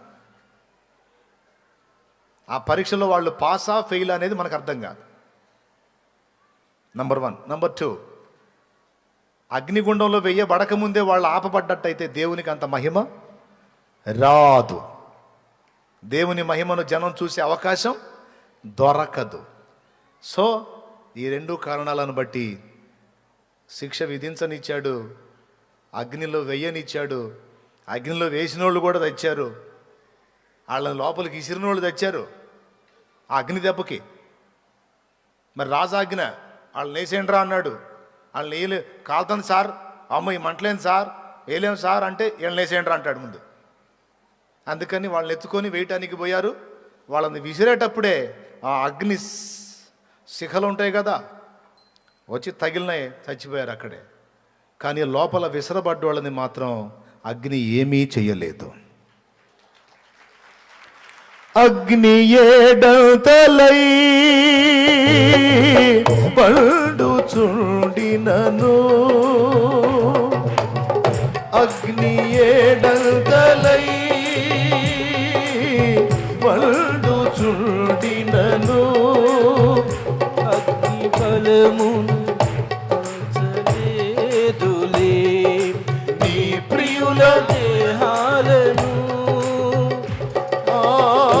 అగ్ని బలము చల్లారెనే, శత్రు సమూహము అల్లాడెనే. అగ్ని బలము చల్లారెనే, శత్రు సమూహము అల్లాడెనే. నేను నీ స్వాస్థ్యమే, నీవు నా సొంతమే, నా స్తోత్ర బలులన్నీ నీకేనయ్యా. నేను నీ స్వాస్థ్యమే, నీవు నా సొంతమే, నా స్తోత్ర బలులన్నీ నీకేనయ్యా. నా హృదయాన కొలువైన యేసయ్యా, నా అణువణువు నిన్నే ప్రస్తుతించనే కీర్తనీయుడా.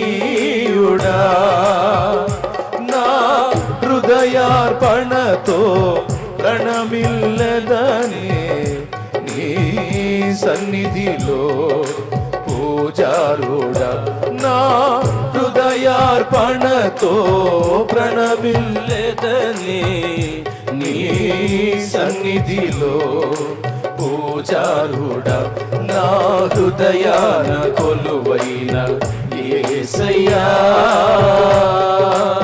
హల్లెలూయా. అగ్నిలోకి వేయకుండా ఆపలేదు, కానీ అగ్ని వారిని ఏమీ చేయకుండా కాపాడాడు. దానియేలును సింహాల గుహలో వేయకుండా ఆపగలడు, కానీ ఆపలా. వేయనిచ్చాడు. కానీ సింహములు దానియేలుకు ఏ హాని చేయకుండా తన దూతను పంపి అడ్డగించాడు. అంత్యకాల శ్రమలలో మనల్ని ఉండకుండా తీసుకెళ్తాడు అని కొంతమంది నమ్మారు. నో, ఉంచుతాడు. కానీ ఆ శ్రమలు మనల్ని ఏమీ చేయకుండా ఆయనే దానియేలు దేవుడై, షడ్రకు మేషకు అబేద్నెగోల దేవుడై కాపాడుకుంటాడు. ఏలియా దేవుడై పోషిస్తాడు. ఒక పక్కన దేవుని సంఘం ఇలాగా యాతన పడతా ఉంటే ఇక వాడు సంబరపడతాడు. క్రీస్తును గురించి సాక్ష్యం ఇచ్చేదానికి ఎవడికి సౌండ్ లేకుండా చేశా. ఇప్పుడు ఇక యేసు క్రీస్తును గురించి, నజరేయుడైన యేసును గురించి సాక్ష్యం ఇచ్చేదానికి పాస్టర్ కానీ, పరిచారకుడు కానీ, విశ్వాసి కానీ మొత్తం పరార్. ఎవడైనా ఉన్న ముసుగులో ఉంటమే, ఎవడో బయటికి వచ్చే ప్రసక్తే లేదు. ఇక నాకు ఎదురు లేదని ఆడు పండగ చేసుకుంటుంటాడు. వాడి కర్మగాలి ఇద్దరు సాక్షులు లైన్లోకి వస్తారు. యూదా దేశములో ఇద్దరు సాక్షులు వాయిస్ రేజ్ చేస్తారు.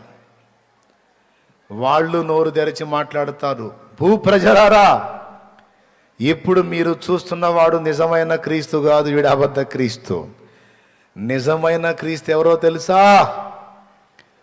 సిలువలో ప్రాణం పెట్టి తిరిగి లేచిన నజరేయుడు యేసే.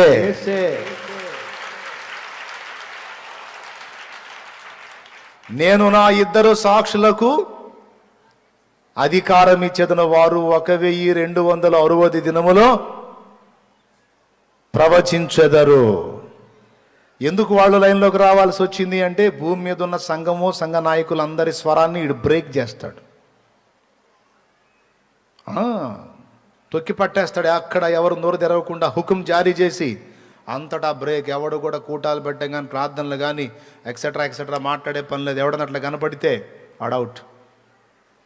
అంటే ఇక ఎవరు వచ్చి కూటం పెడతారు? ఎక్కడన్నా నలుగురు కోడేసి అయ్యగారు వాక్యం చెబుతున్నాడు అనుకో, ఆ నలుగురిని ఎత్తుతారు, అయ్యగారిని కూడా ఎత్తారు. అయ్యగారు చెబితే విన్నారా, వద్దంటే ఇప్పుడు తీసుకెళ్తున్నారు, ఏం చేస్తారో ఏమో అనరో సంతోషంగా. చెరసాలలో వేసిన సంకెళ్ళు బిగించిన స్తుతి పాటలే పాడుమా, ప్రభు యేసునే వేడుమా. స్తుతి పాటలే పాడుమా, ప్రభు యేసునే వేడుమా, ప్రభు యేసునే వేడుమా. హల్లెలూయా పాట, యేసయ్య పాట పాడాలి ప్రతి చోట, పాడాలి ప్రతి నోట. హల్లెలూయా పాడాలి ప్రతి చోట, పాడాలి ప్రతి నోట.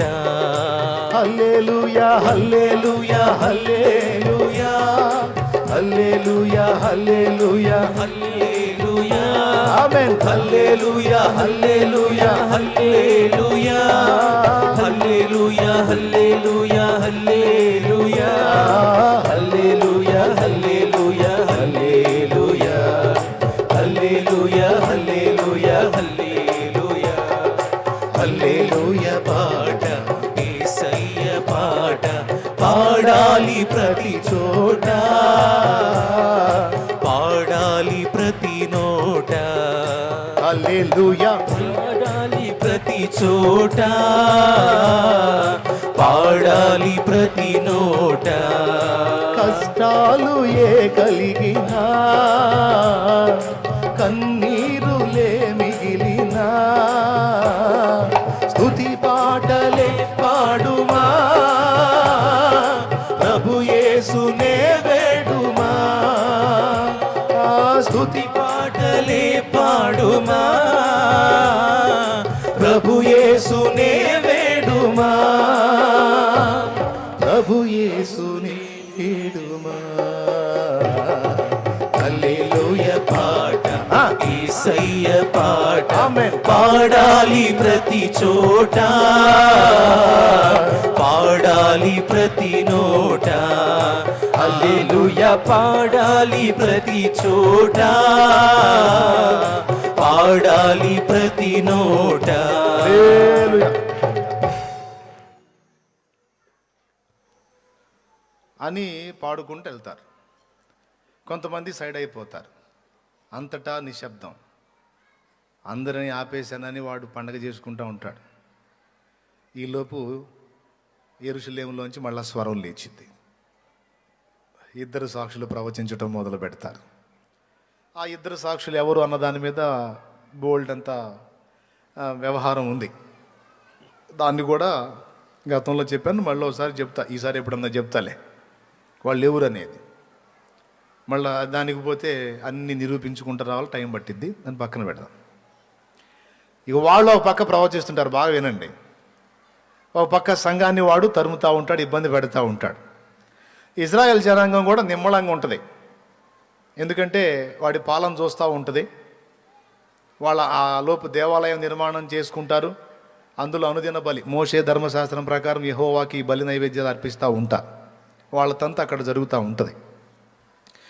ఇక ఈ ముద్రల పరంపర జరుగుతుంటుంది. అందరూ ముద్ర ఎగబడి వేయించుకుంటారు. నాకై 666 కంటికి కనబడుతున్న దేవుని ముద్ర వేసేయండి అని ఎగబడి వేయించుకుంటుంటారు.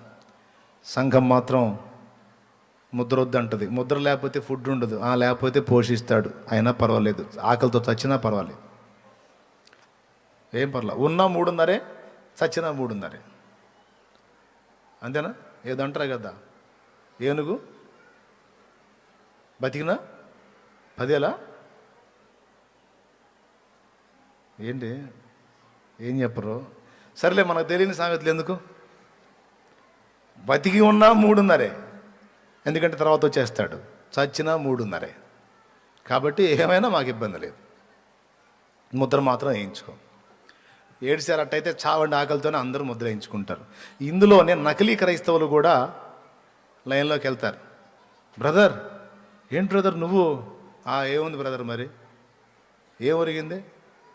ఎప్పుడో ఆయన వస్తాడు, ఎప్పుడో చేస్తాడని ఎదురు చూస్తూ ఉంటే ఇప్పుడు ఆకలితో తెచ్చేటట్టున్నావు. కాబట్టి నేను ఉండలేను లేదు బ్రదర్, నా ఫ్యామిలీ ఇబ్బంది పడుతుంది, అందుకని నేను వేయించుకొచ్చుకున్నా. నా మాట నువ్వు కూడా వేయించుకో బ్రదరు. వద్దులే, నువ్వు వేయించుకున్నాక చాలు, నువ్వే వాడు పెట్టేని తిని బాగా బతుకు ఇక్కడే, నాకు మాత్రం వద్దు అని సత్క్రైస్తవుడు వెళ్ళిపోతాడు. అబద్ధ క్రైస్తవుడేమో, నకిలీ క్రైస్తవుడేమో సర్దుకుంటాడు. ఏది? ముద్ర వేయించుకుంటాడు. ముద్ర వేయించుకొని హాయిగా అన్ని తెచ్చుకొని ఆనందం చేసుకుంటా ఉంటే 5వ దూత బోర ఊదుతాడు. అగాధము తెరవబడి, అంతకుముందు వారంలో చూపించా, తేళ్ల వంటి జీవులు, మిడతల వంటి జీవులు తేలుకున్నట్టు కొండి, సింహపు కోరలు, స్త్రీల జుట్టు, ముఖం, యుద్ధానికి సిద్ధపరచబడిన రథాశ్వం అంత ఎత్తు. మరి బాగా పరిగెత్తాలి కదా. అది ఇక దొరికినోడల్లా ఏది? ముద్ర వేయించుకున్నోడికి కాటేస్తుంటాయి. మరి ఆయన ఊరుకుంటాడేంది? తన ప్రజలను అంత్య అబద్ధ క్రీస్తు ఒక పక్క ఇబ్బంది పెడుతుంటే, ముద్ర వేయించుకోమని బలవంతం చేస్తుంటే, ఆల్రెడీ వేయించుకున్న వాళ్ళకి ఇక మూవీ స్టార్ట్ అయింది. ఇక ఎవరికైతే ముద్ర ఉందో ఆ ముద్ర వేయించుకున్నోడిని 5 నెలల వరకు బాధించడానికి వాటికి అధికారం ఇస్తాడు దేవుడు. అగాధంలోంచి వస్తాయి, విచిత్రంగా వస్తాయి, న్యూస్ హల్చల్ చేస్తుంటుంది అనమాట.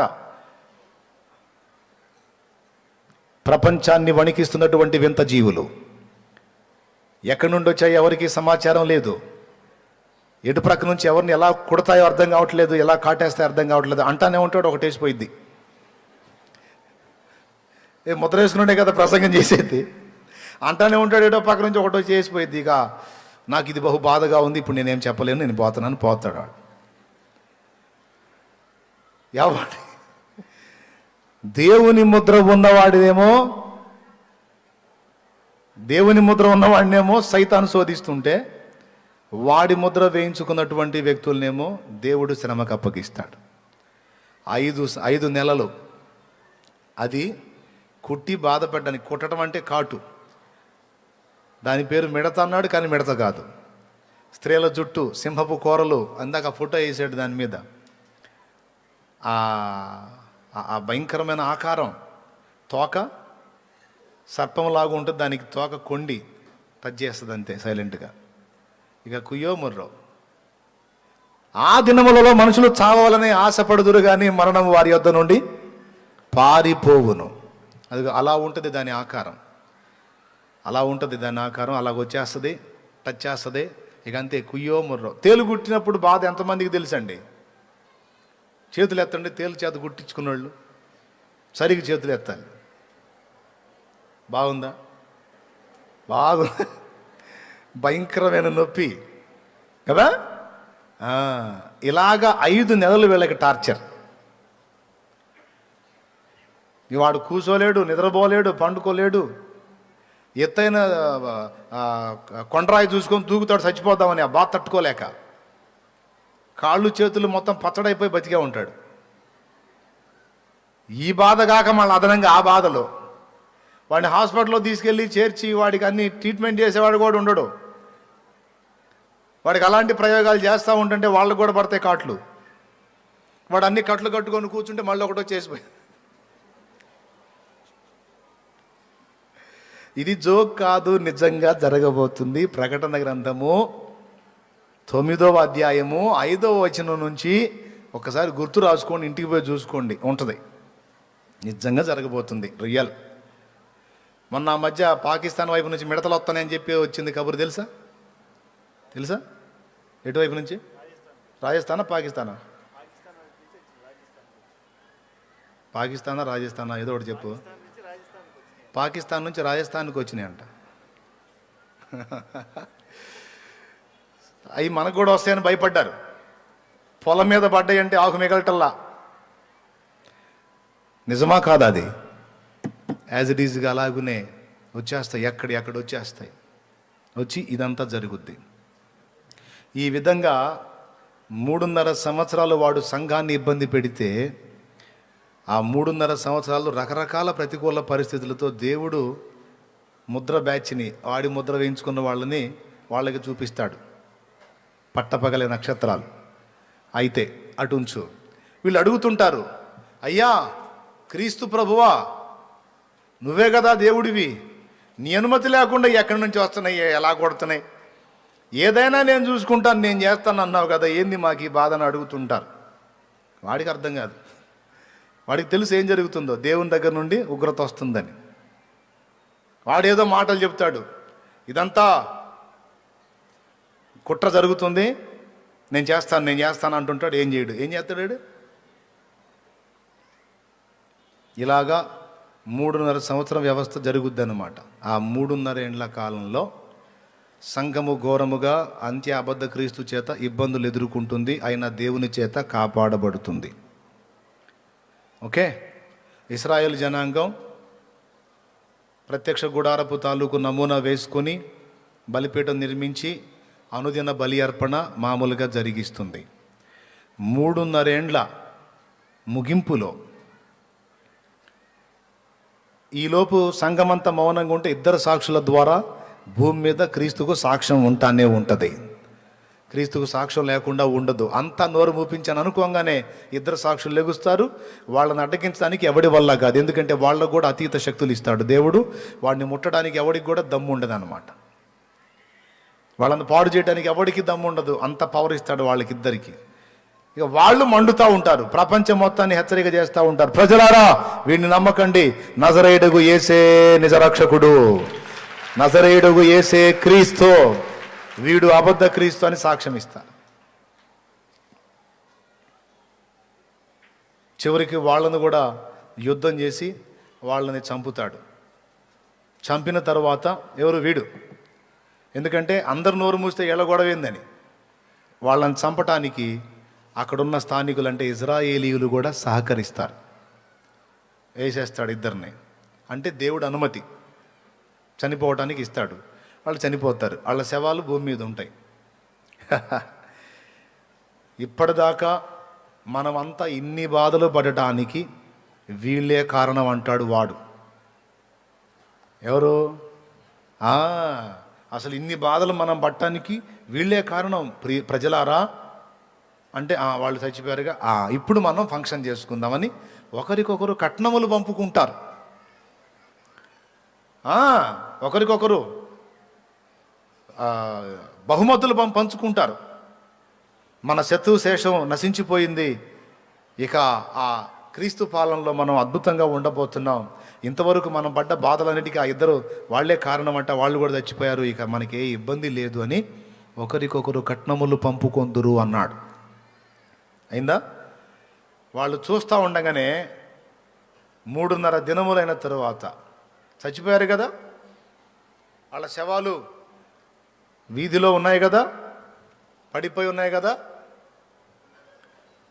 వాళ్ళ శవాలు అట్లనే పెట్టి వీళ్ళు ఫంక్షన్లు చేసుకుంటుంటారు. చూస్తూ ఉండగానే 3.5 దినం అయిన తర్వాత ఆ శవములు కాళ్ళుని దిగ్గున లేచి నిలబడతారు. ఆ 2 సాక్షులు లెగుస్తారు. మళ్ళా వీళ్ళు బెత్తరపోతారు, ఇదేదైనా చచ్చిపోయిన వాళ్ళు మళ్ళీ బతికారని. అంతే, చూస్తుండగానే వాళ్ళు ఆరోహణమై వెళ్ళిపోతారు.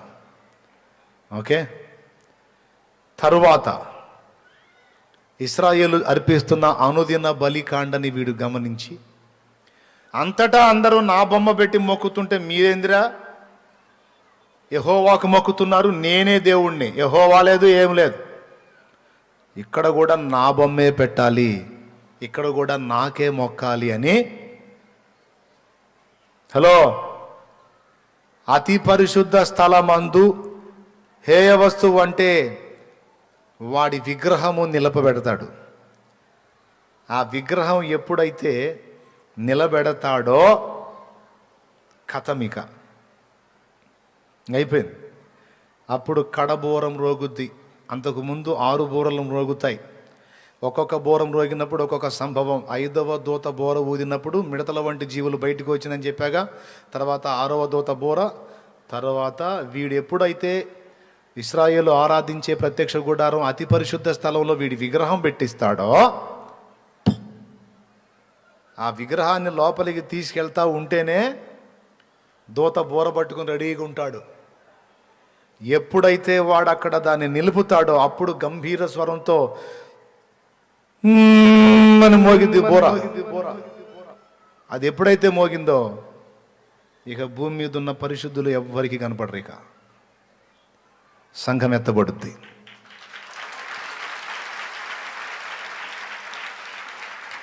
హల్లెలూయా. సంఘం ఎత్తబడిపోద్ది. ఇక మొత్తం ఎక్కడ సార్వత్రిక సంఘం మొత్తం పరిశుద్ధులు, యేసుక్రీస్తుని సొంత రక్షకునికి అంగీకరించి మారు మనసు పొంది బాప్తిస్మం పొందిన పరిశుద్ధులు అందరూ ఎత్తబడతారు. ఎక్కడికో తెలుసా? మధ్యాకాశానికి. ఎందుకో తెలుసా? అక్కడ వచ్చేసాడు రారాజు, వచ్చేసాడు రాజాదిరాజు. అక్కడ ఉన్నాడు. ఇంటికాడ గుడారం దగ్గర నుండి ఇస్సాకు పొలములోకి వచ్చాడు. తనున్న ప్రదేశం నుండి రెబెకా పొలములోనే ఇస్సాకును కలుసుకున్నట్టు, భూమి మీద నుండి సంఘం, పరలోకము నుండి ప్రభువు ఇద్దరు మధ్యాకాశంలో కలుసుకుంటారు. జాగ్రత్త జాగ్రత్త, నొప్పులు, చేతులు నొప్పులు, మళ్ళీ ఇబ్బంది.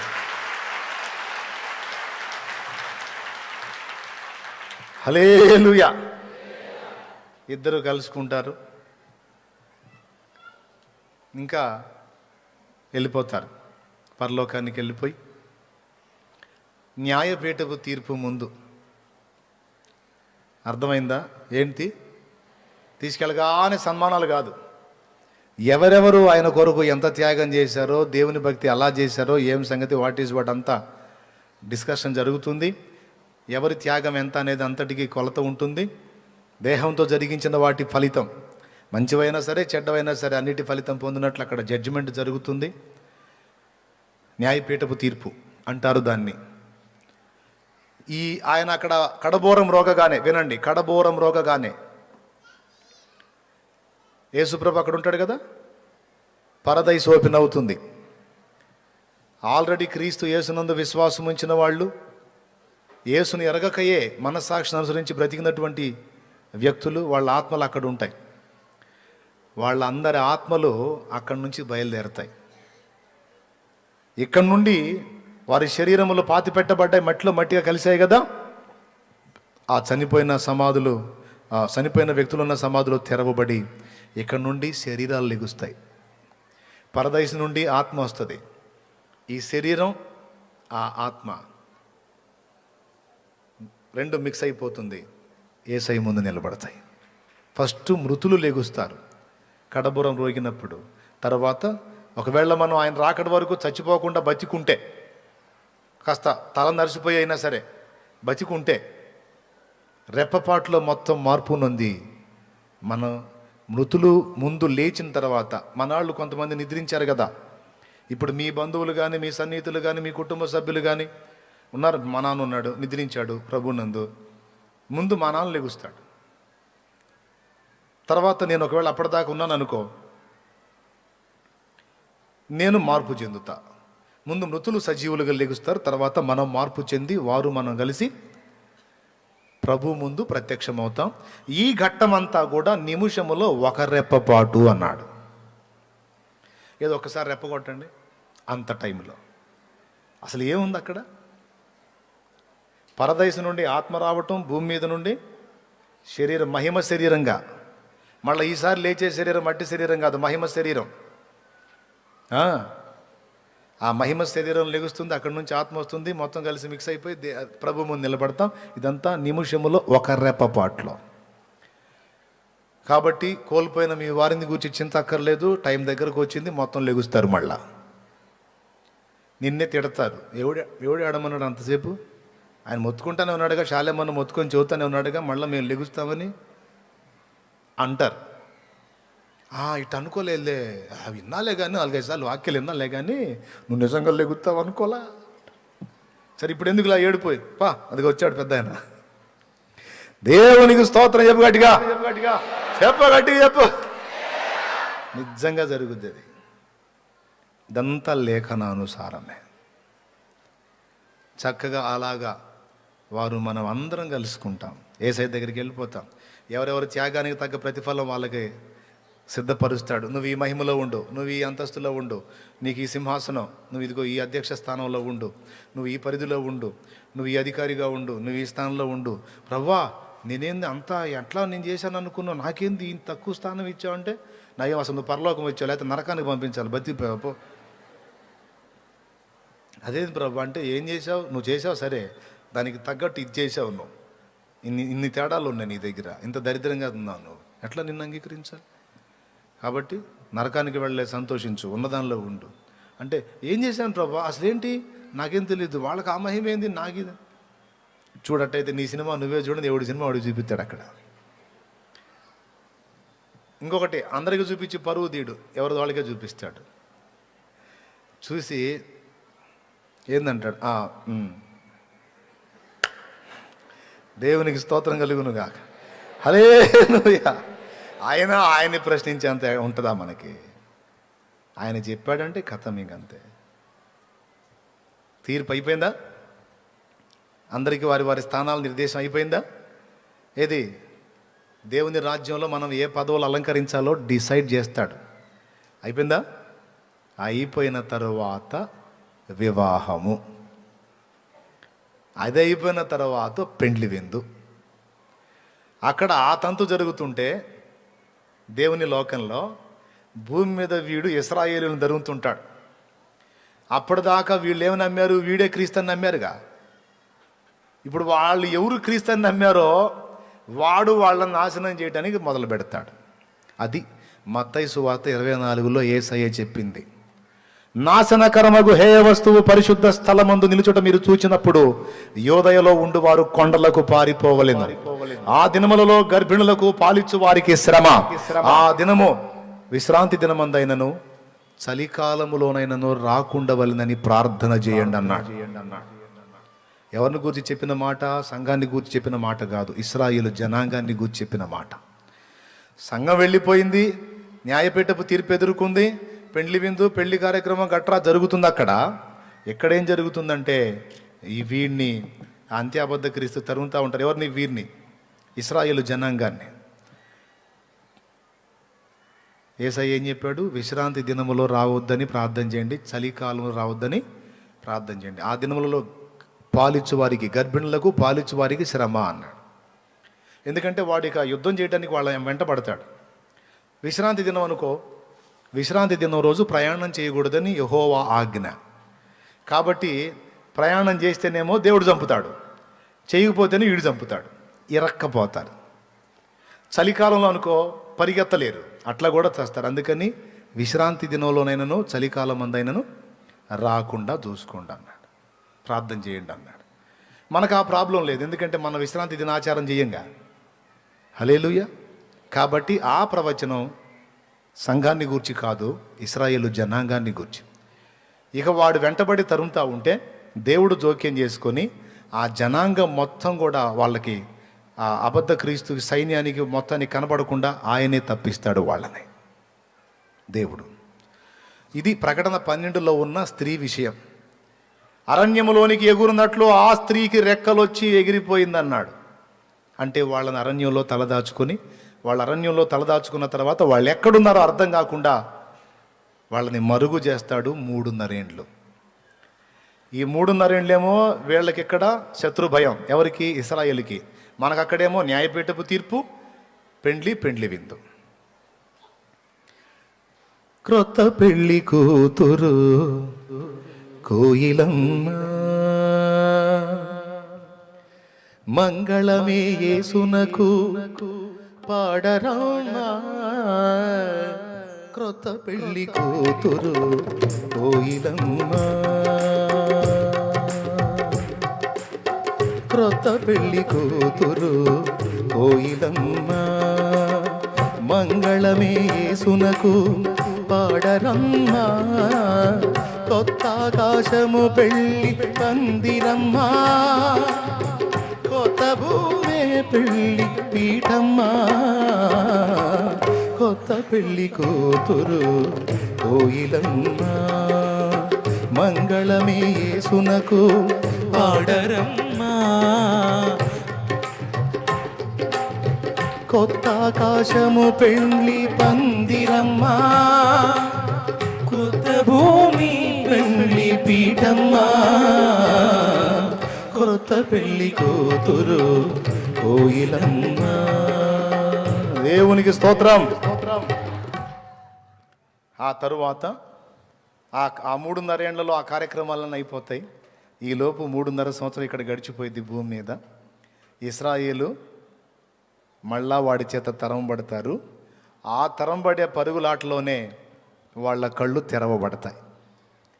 అమ్మ, వీడు ఇంకా మనల్ని వదిలిపెట్టలేదు, ఈసారి మొత్తం ప్రజలందరూ నేర్చుకొని వెంటబడ్డాడు, ఇక అయిపోయామరా, మనం తప్పించుకోలేము. ఎందుకంటే ఆ 3.5 ఏళ్ళు దేవుని కాపుదల వాళ్ళకుంది కదా, అది తీసేస్తాడు దేవుడు. ఇక వాడు వీళ్ళని ఎదుర్కొంటాడు.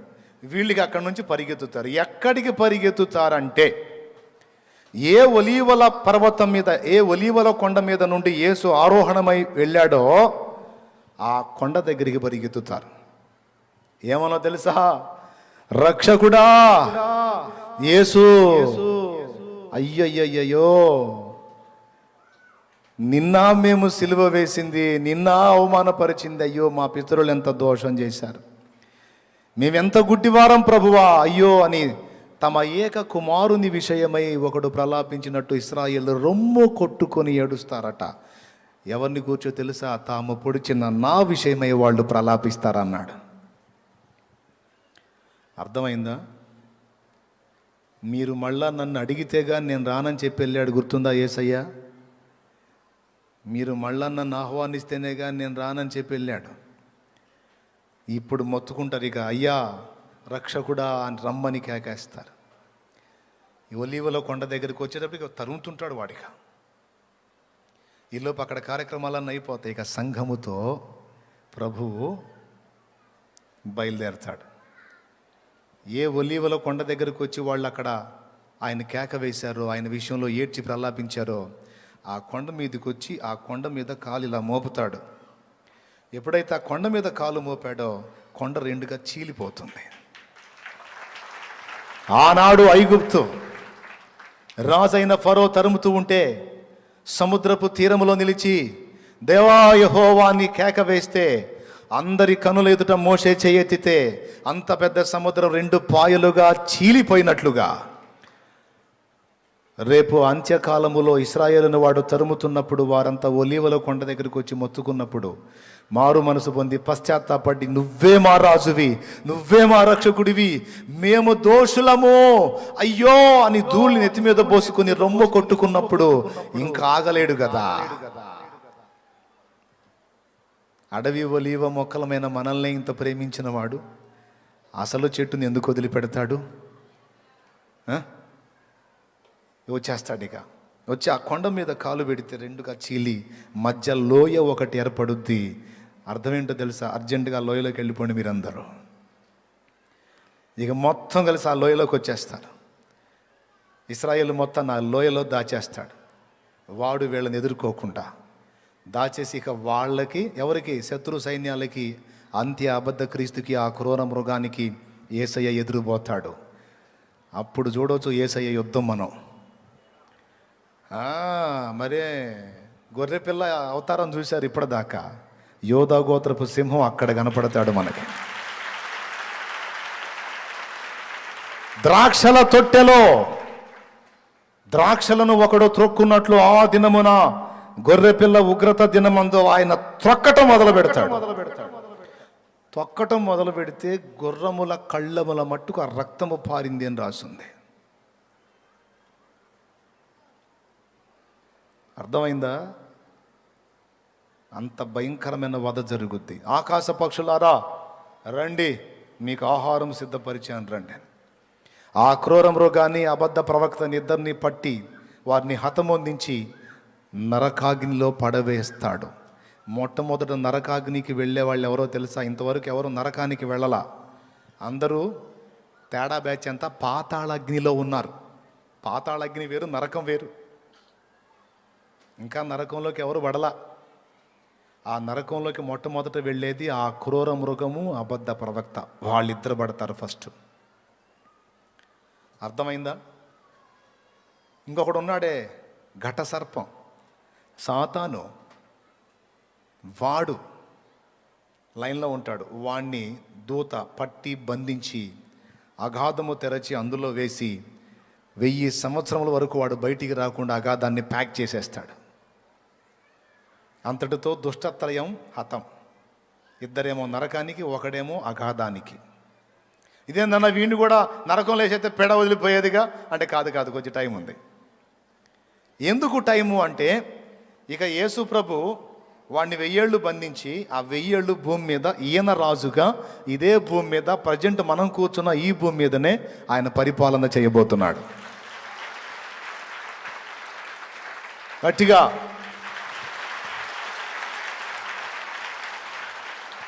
ఈ ఘట్టమంతా ఇంకా ఎంతో దూరంలో లేదు, దగ్గరకు వచ్చాం. అందుకు కొట్టండి చప్పట్లు. కొట్టారా? చప్పట్లు కొట్టారా? మెంటల్గా ప్రిపేర్ అయ్యి ఉండండి. చప్పట్లు కొట్టకనే సరికాదు, రేపు మోగిద్ది. ఆ మోతలో తట్టుకోవాలా, మనం సిద్ధపడాలి. ఓకే.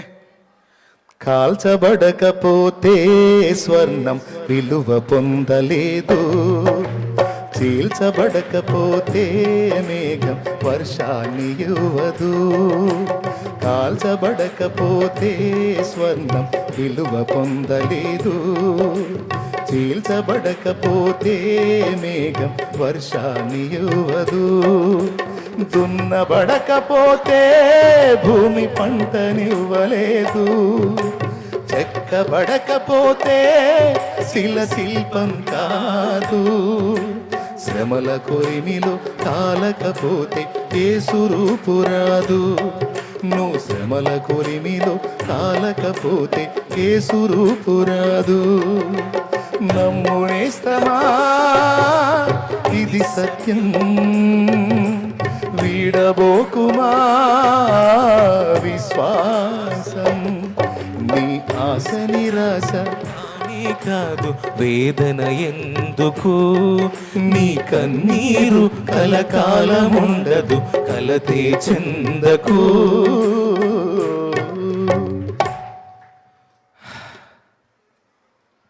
అయిపోయిందా? ఇంకొకటి ఉంది. 1000 ఏండ్లు మనతో కలిసి యేసయ్య ఇదే భూమి మీద పాలించటం అయిపోయిన తరువాత ఎవరిని పాలిస్తాడు? విడవబడ్డ సమూహం మొత్తాన్ని. అయిపోయిన వాళ్ళు అయిపోగా ఉన్న శేషం వాళ్ళకి మళ్ళా సంతానం మొత్తం విస్తరణ జరిగిద్ది. మళ్ళా గోగు ఆగోగుల్లాగా విస్తరించిపోతారు. వాళ్ళందరినీ 1000 years పాలిస్తాడు. ఆ 1000 ఏళ్ళు గడిచిన తర్వాత ఫైనల్గా మళ్ళీ వాళ్ళకు ఒక టెస్ట్. ఇప్పుడన్నా వీళ్ళు పశ్చాత్తాప్తులై నా వైపు మళ్ళుతారా, లేకపోతే ఇంకా తిరుగుబాటు మైండ్తోనే ఉంటారా? 1 కాదు, 2 కాదు, 100 కాదు, ఏకంగా 1000 ఏళ్ళు నేను వీళ్ళకి నీతి పాలన అంటే ఏంటో చూపించా. ఇప్పుడన్నా వీళ్ళ మనసులో మార్పు వచ్చిద్దా, ఇంకా అదే కాఠిన్యం ఉంటుందా అనే పరిశోధన కోసం అరే రారా బయటికని ఆడిని బయటికి తీస్తాడు, మోసగాడిని. వాడు వచ్చేస్తాడు. ఇక అగాధము తెరవబడి ఆ ఘట సర్పం వాడు బయటకు వస్తాడు. రావటంతోనే ఇక వాడు ప్రసంగం మొదలు పెడతాడు. సహోదరులారా, ఎలాగ ఉండగలుగుతున్నారు ఆ నియంత పాలనలో? ఏదన్నా తాగటానికి అవకాశం ఉందా? బార్ షాపులు లేవే. ఎప్పుడన్నా కొంచెం శరీర వ్యామోహం తీర్చుకోవడానికి అప్పుడప్పుడు ఏదన్నా వ్యభిచారం చేసుకోవడానికి అవకాశం ఉందా? అనుమతులు లేవే. మనకు నచ్చనోడిని కొట్టే అవకాశం ఉందా? కొడితే ఊరుకోడే. అసలు ఎలా బతుకుతున్నారు మీరు? అసలు మీరు జీవశ్చవాలు అయిపోయారు. అయ్యయ్యో, మీ ఫేసులు చూస్తుంటే అర్థమైపోతుంది మీరు చాలా చాలా లాస్ అయిపోయారంటే. వాళ్ళందరూ ఇన్ని సంవత్సరాలు ఇలాంటి వాడు ఒక్కడు కూడా కనపడలేదు. నీవు మాకు నాయకుడు అయి ఉంటావా? అతని మీద తిరుగుబాటు చేద్దాం అంటారు. ఆ మాట కోసమే నేను ఎదురు చూస్తున్నా. రండి, మనమందరము పోయి పరిశుద్ధుల శిబిరాన్ని ముట్టడి వేద్దామని గోగు మాగోగను వారిని సమకూర్చుకొని, ఇందాక చెప్పా, ఇశ్రాయేలును తరమటానికి వచ్చినప్పుడు ఒలీవ కొండ మీద కాలు పెడతాడు, కొండ చీలిద్ది, ఇశ్రాయేల్ అందులో తలదాచుకుంటారు, మిగిలిన వాళ్ళతో యేసయ్య యుద్ధం చేస్తాడని. దాన్ని అర్మగిద్దోన్ యుద్ధం అంటారు, రాసుకో. వాళ్ళందరూ అర్మగిద్దోన్ అనే ప్రదేశంలో సమకూడతారు. అర్మగిద్దోన్ యుద్ధం అంటారు దాన్ని. ఫైనల్లో 1000 ఏండ్ల పాలన అయిన తరువాత మొత్తాన్ని గోగు మాగోగును వారిని సమకూర్చుకొని పరిశుద్ధుల శిబిరాన్ని ముట్టడి వేయడానికి వస్తాడు. అది గోగు మాగోగుల యుద్ధం. దేవునికి స్తోత్రం. ఓకే, ఇంకప్పుడు యేసయ్య యుద్ధం చేయడు, మనం కూడా యుద్ధం చేయం. మరేం జరిగిద్దంటే డైరెక్ట్గా తండ్రి యొద్ద నుండి అగ్ని బయలు వెడలి మొత్తం ఎంతమంది అయితే సమూహం ఉన్నారో ఇసుక రేణువులంత సమూహం మొత్తాన్ని కాల్చి అవతల పడేసి, ఇక వాడు కూడా అవుట్. అప్పుడు వెళ్తాడు వాడు అగ్నిగుండానికి. ఎవరో? సాతాను. చెప్పండి ఎవరో? ఎస్, వాడు అప్పుడు వెళ్తాడు నరకానికి. వాడు పోయేసరికి వాళ్ళిద్దరు ఉంటారు. వచ్చావా బెదరని? వచ్చానరా నేను కూడా. అయిపోయింది కథ, క్లైమాక్స్ అయిపోయింది. ఇంకేముంది? అయిపోయింది. ఆ తరువాత ఆ మనుషుల్ని నశింపచేయటమే కాదు, వాళ్లతో పాటు ఈ భూమిని దాని యందున్న కృత్యములను మొత్తాన్ని లయపరుస్తాడు. పంచభూతములు మహావేంద్రంతో లయమైపోతాయి. అదంతా జరుగుతూ ఉన్నప్పుడు ధవళ సింహాసనం కనపడిద్ది. దాని మీద ఆసీనుడై ఉన్నవాడు ఒకడు కనపడతాడు. భూప్రజలకు తీర్పు తీర్చడానికి ఆయన చేత గ్రంథములున్నవి.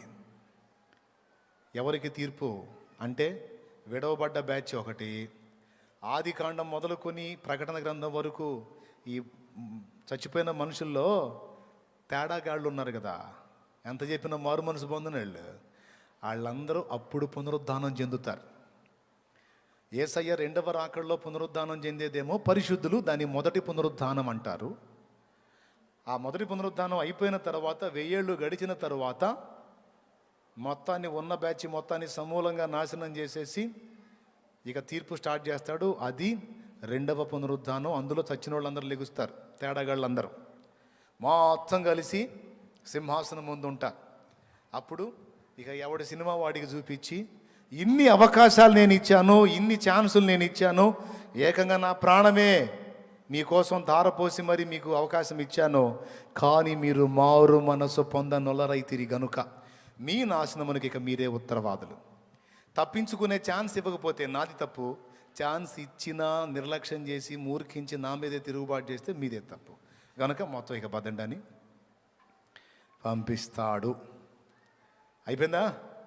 వాళ్ళందరూ వెళ్ళిపోతారు నరకాగ్నికి. ఇక ఆత్మలు నశించిపోయే పరిస్థితికి వెళ్ళిపోతారు. మరి ఇక ఉన్న భూమి ఆకాశం గట్రా పంచభూతములు మహావేంద్రంతో లయమైపోతాయి. మొత్తం టోటల్గా ఈ భూమండలం, దాని స్క్రిప్చర్ అంతా కూడా మొత్తం తొలగించబడిపోతుంది, అదృశ్యం అయిపోతుంది.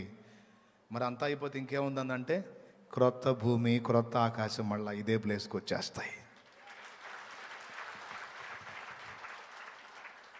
ఆ క్రొత్త భూమి క్రొత్త ఆకాశములో నూతన సృష్టి ఎవరెవరు చేస్తారంటే ప్రభు అయిన క్రీస్తు, ఆయనతో పాటు ఆయన వధువైన సంఘము అనగా మనం. పాప సంబంధమైన అనుభవం ఎరిగి రక్షణానుభవం తెలుసుకున్న వ్యక్తి ఏమో భార్య, ఏ పాపం ఎరగని పరిశుద్ధుడేమో భర్త. భర్తకేమో పరిశుద్ధతను గూర్చి పరిపూర్ణత తెలుసు, భార్యకేమో పాపమును గూర్చిన పరిపూర్ణత తెలుసు. ఈ 2 అనుభవాలు కలిగిన ఈ భార్యాభర్తల చేతులతో నిర్మితమయ్యే సృష్టి నూతన సృష్టి. ఇక వాళ్ళ నుండి వచ్చేటువంటి జనాంగమే ఏ లోపము పాపము లేని పరిశుద్ధ జనాంగం. మన చేత ఆ సృష్టి చేయించడానికే ఇంత కార్యాన్ని దేవుడు జరిగిస్తూ ఉన్నాడు. అర్థమైందా? టోటల్గా మొత్తం చెప్పేశా. మానవుల రక్షింపను దేవుండు తన కుమారుని పంపెను. నా ప్రియమైన దేవుని బిడ్డలారా, నయానో భయానో నవ్విస్తూ కవిస్తూనో నేను చెప్పినవన్నీ సత్యాలే. నేను నవ్వుతూ చెప్పినంత మాత్రాన చులకనగా తీసుకోకండి, కొంపలంటుకుపోతాయి. చెప్పిన మ్యాటర్ అంతా ఒరిజినల్గా జరగబోతుంది. గనుక ఈరోజు కోటాలు సమస్య కాదు, ఇక రాబోతున్న రోజులు భయంకరమైన దినాలు. గనుక అన్నిటికీ మనం ప్రిపేర్డ్గా ఉండాలి. అన్నిటికీ మనం సిద్ధపడి ఉండాలి. ఇప్పుడు నేను చెప్పిన ఈ అంశం మళ్ళా మీకు యూట్యూబ్లో అందుబాటులో ఉంటుంది. నీట్గా మొత్తం వినొచ్చు మీరు ప్రశాంతంగా. దేన్ని బట్టి, ఏ వచనాన్ని బట్టి మీరు ఈ విషయాలు చెప్పారనేది విడిగా నన్ను కలిస్తే నేను ఇంకా మీకు రిఫరెన్స్తో సహా క్లారిటీ ఇవ్వగలుగుతాను దేవుని కృపలో. కొన్నిటికి ఇచ్చాను, కొన్ని మీరు పర్సనల్గా కలిసినా లేకపోతే విడిగా ప్రకటన గ్రంథం ధ్యానంలో మీకు అన్నీ తెలియజేస్తాను.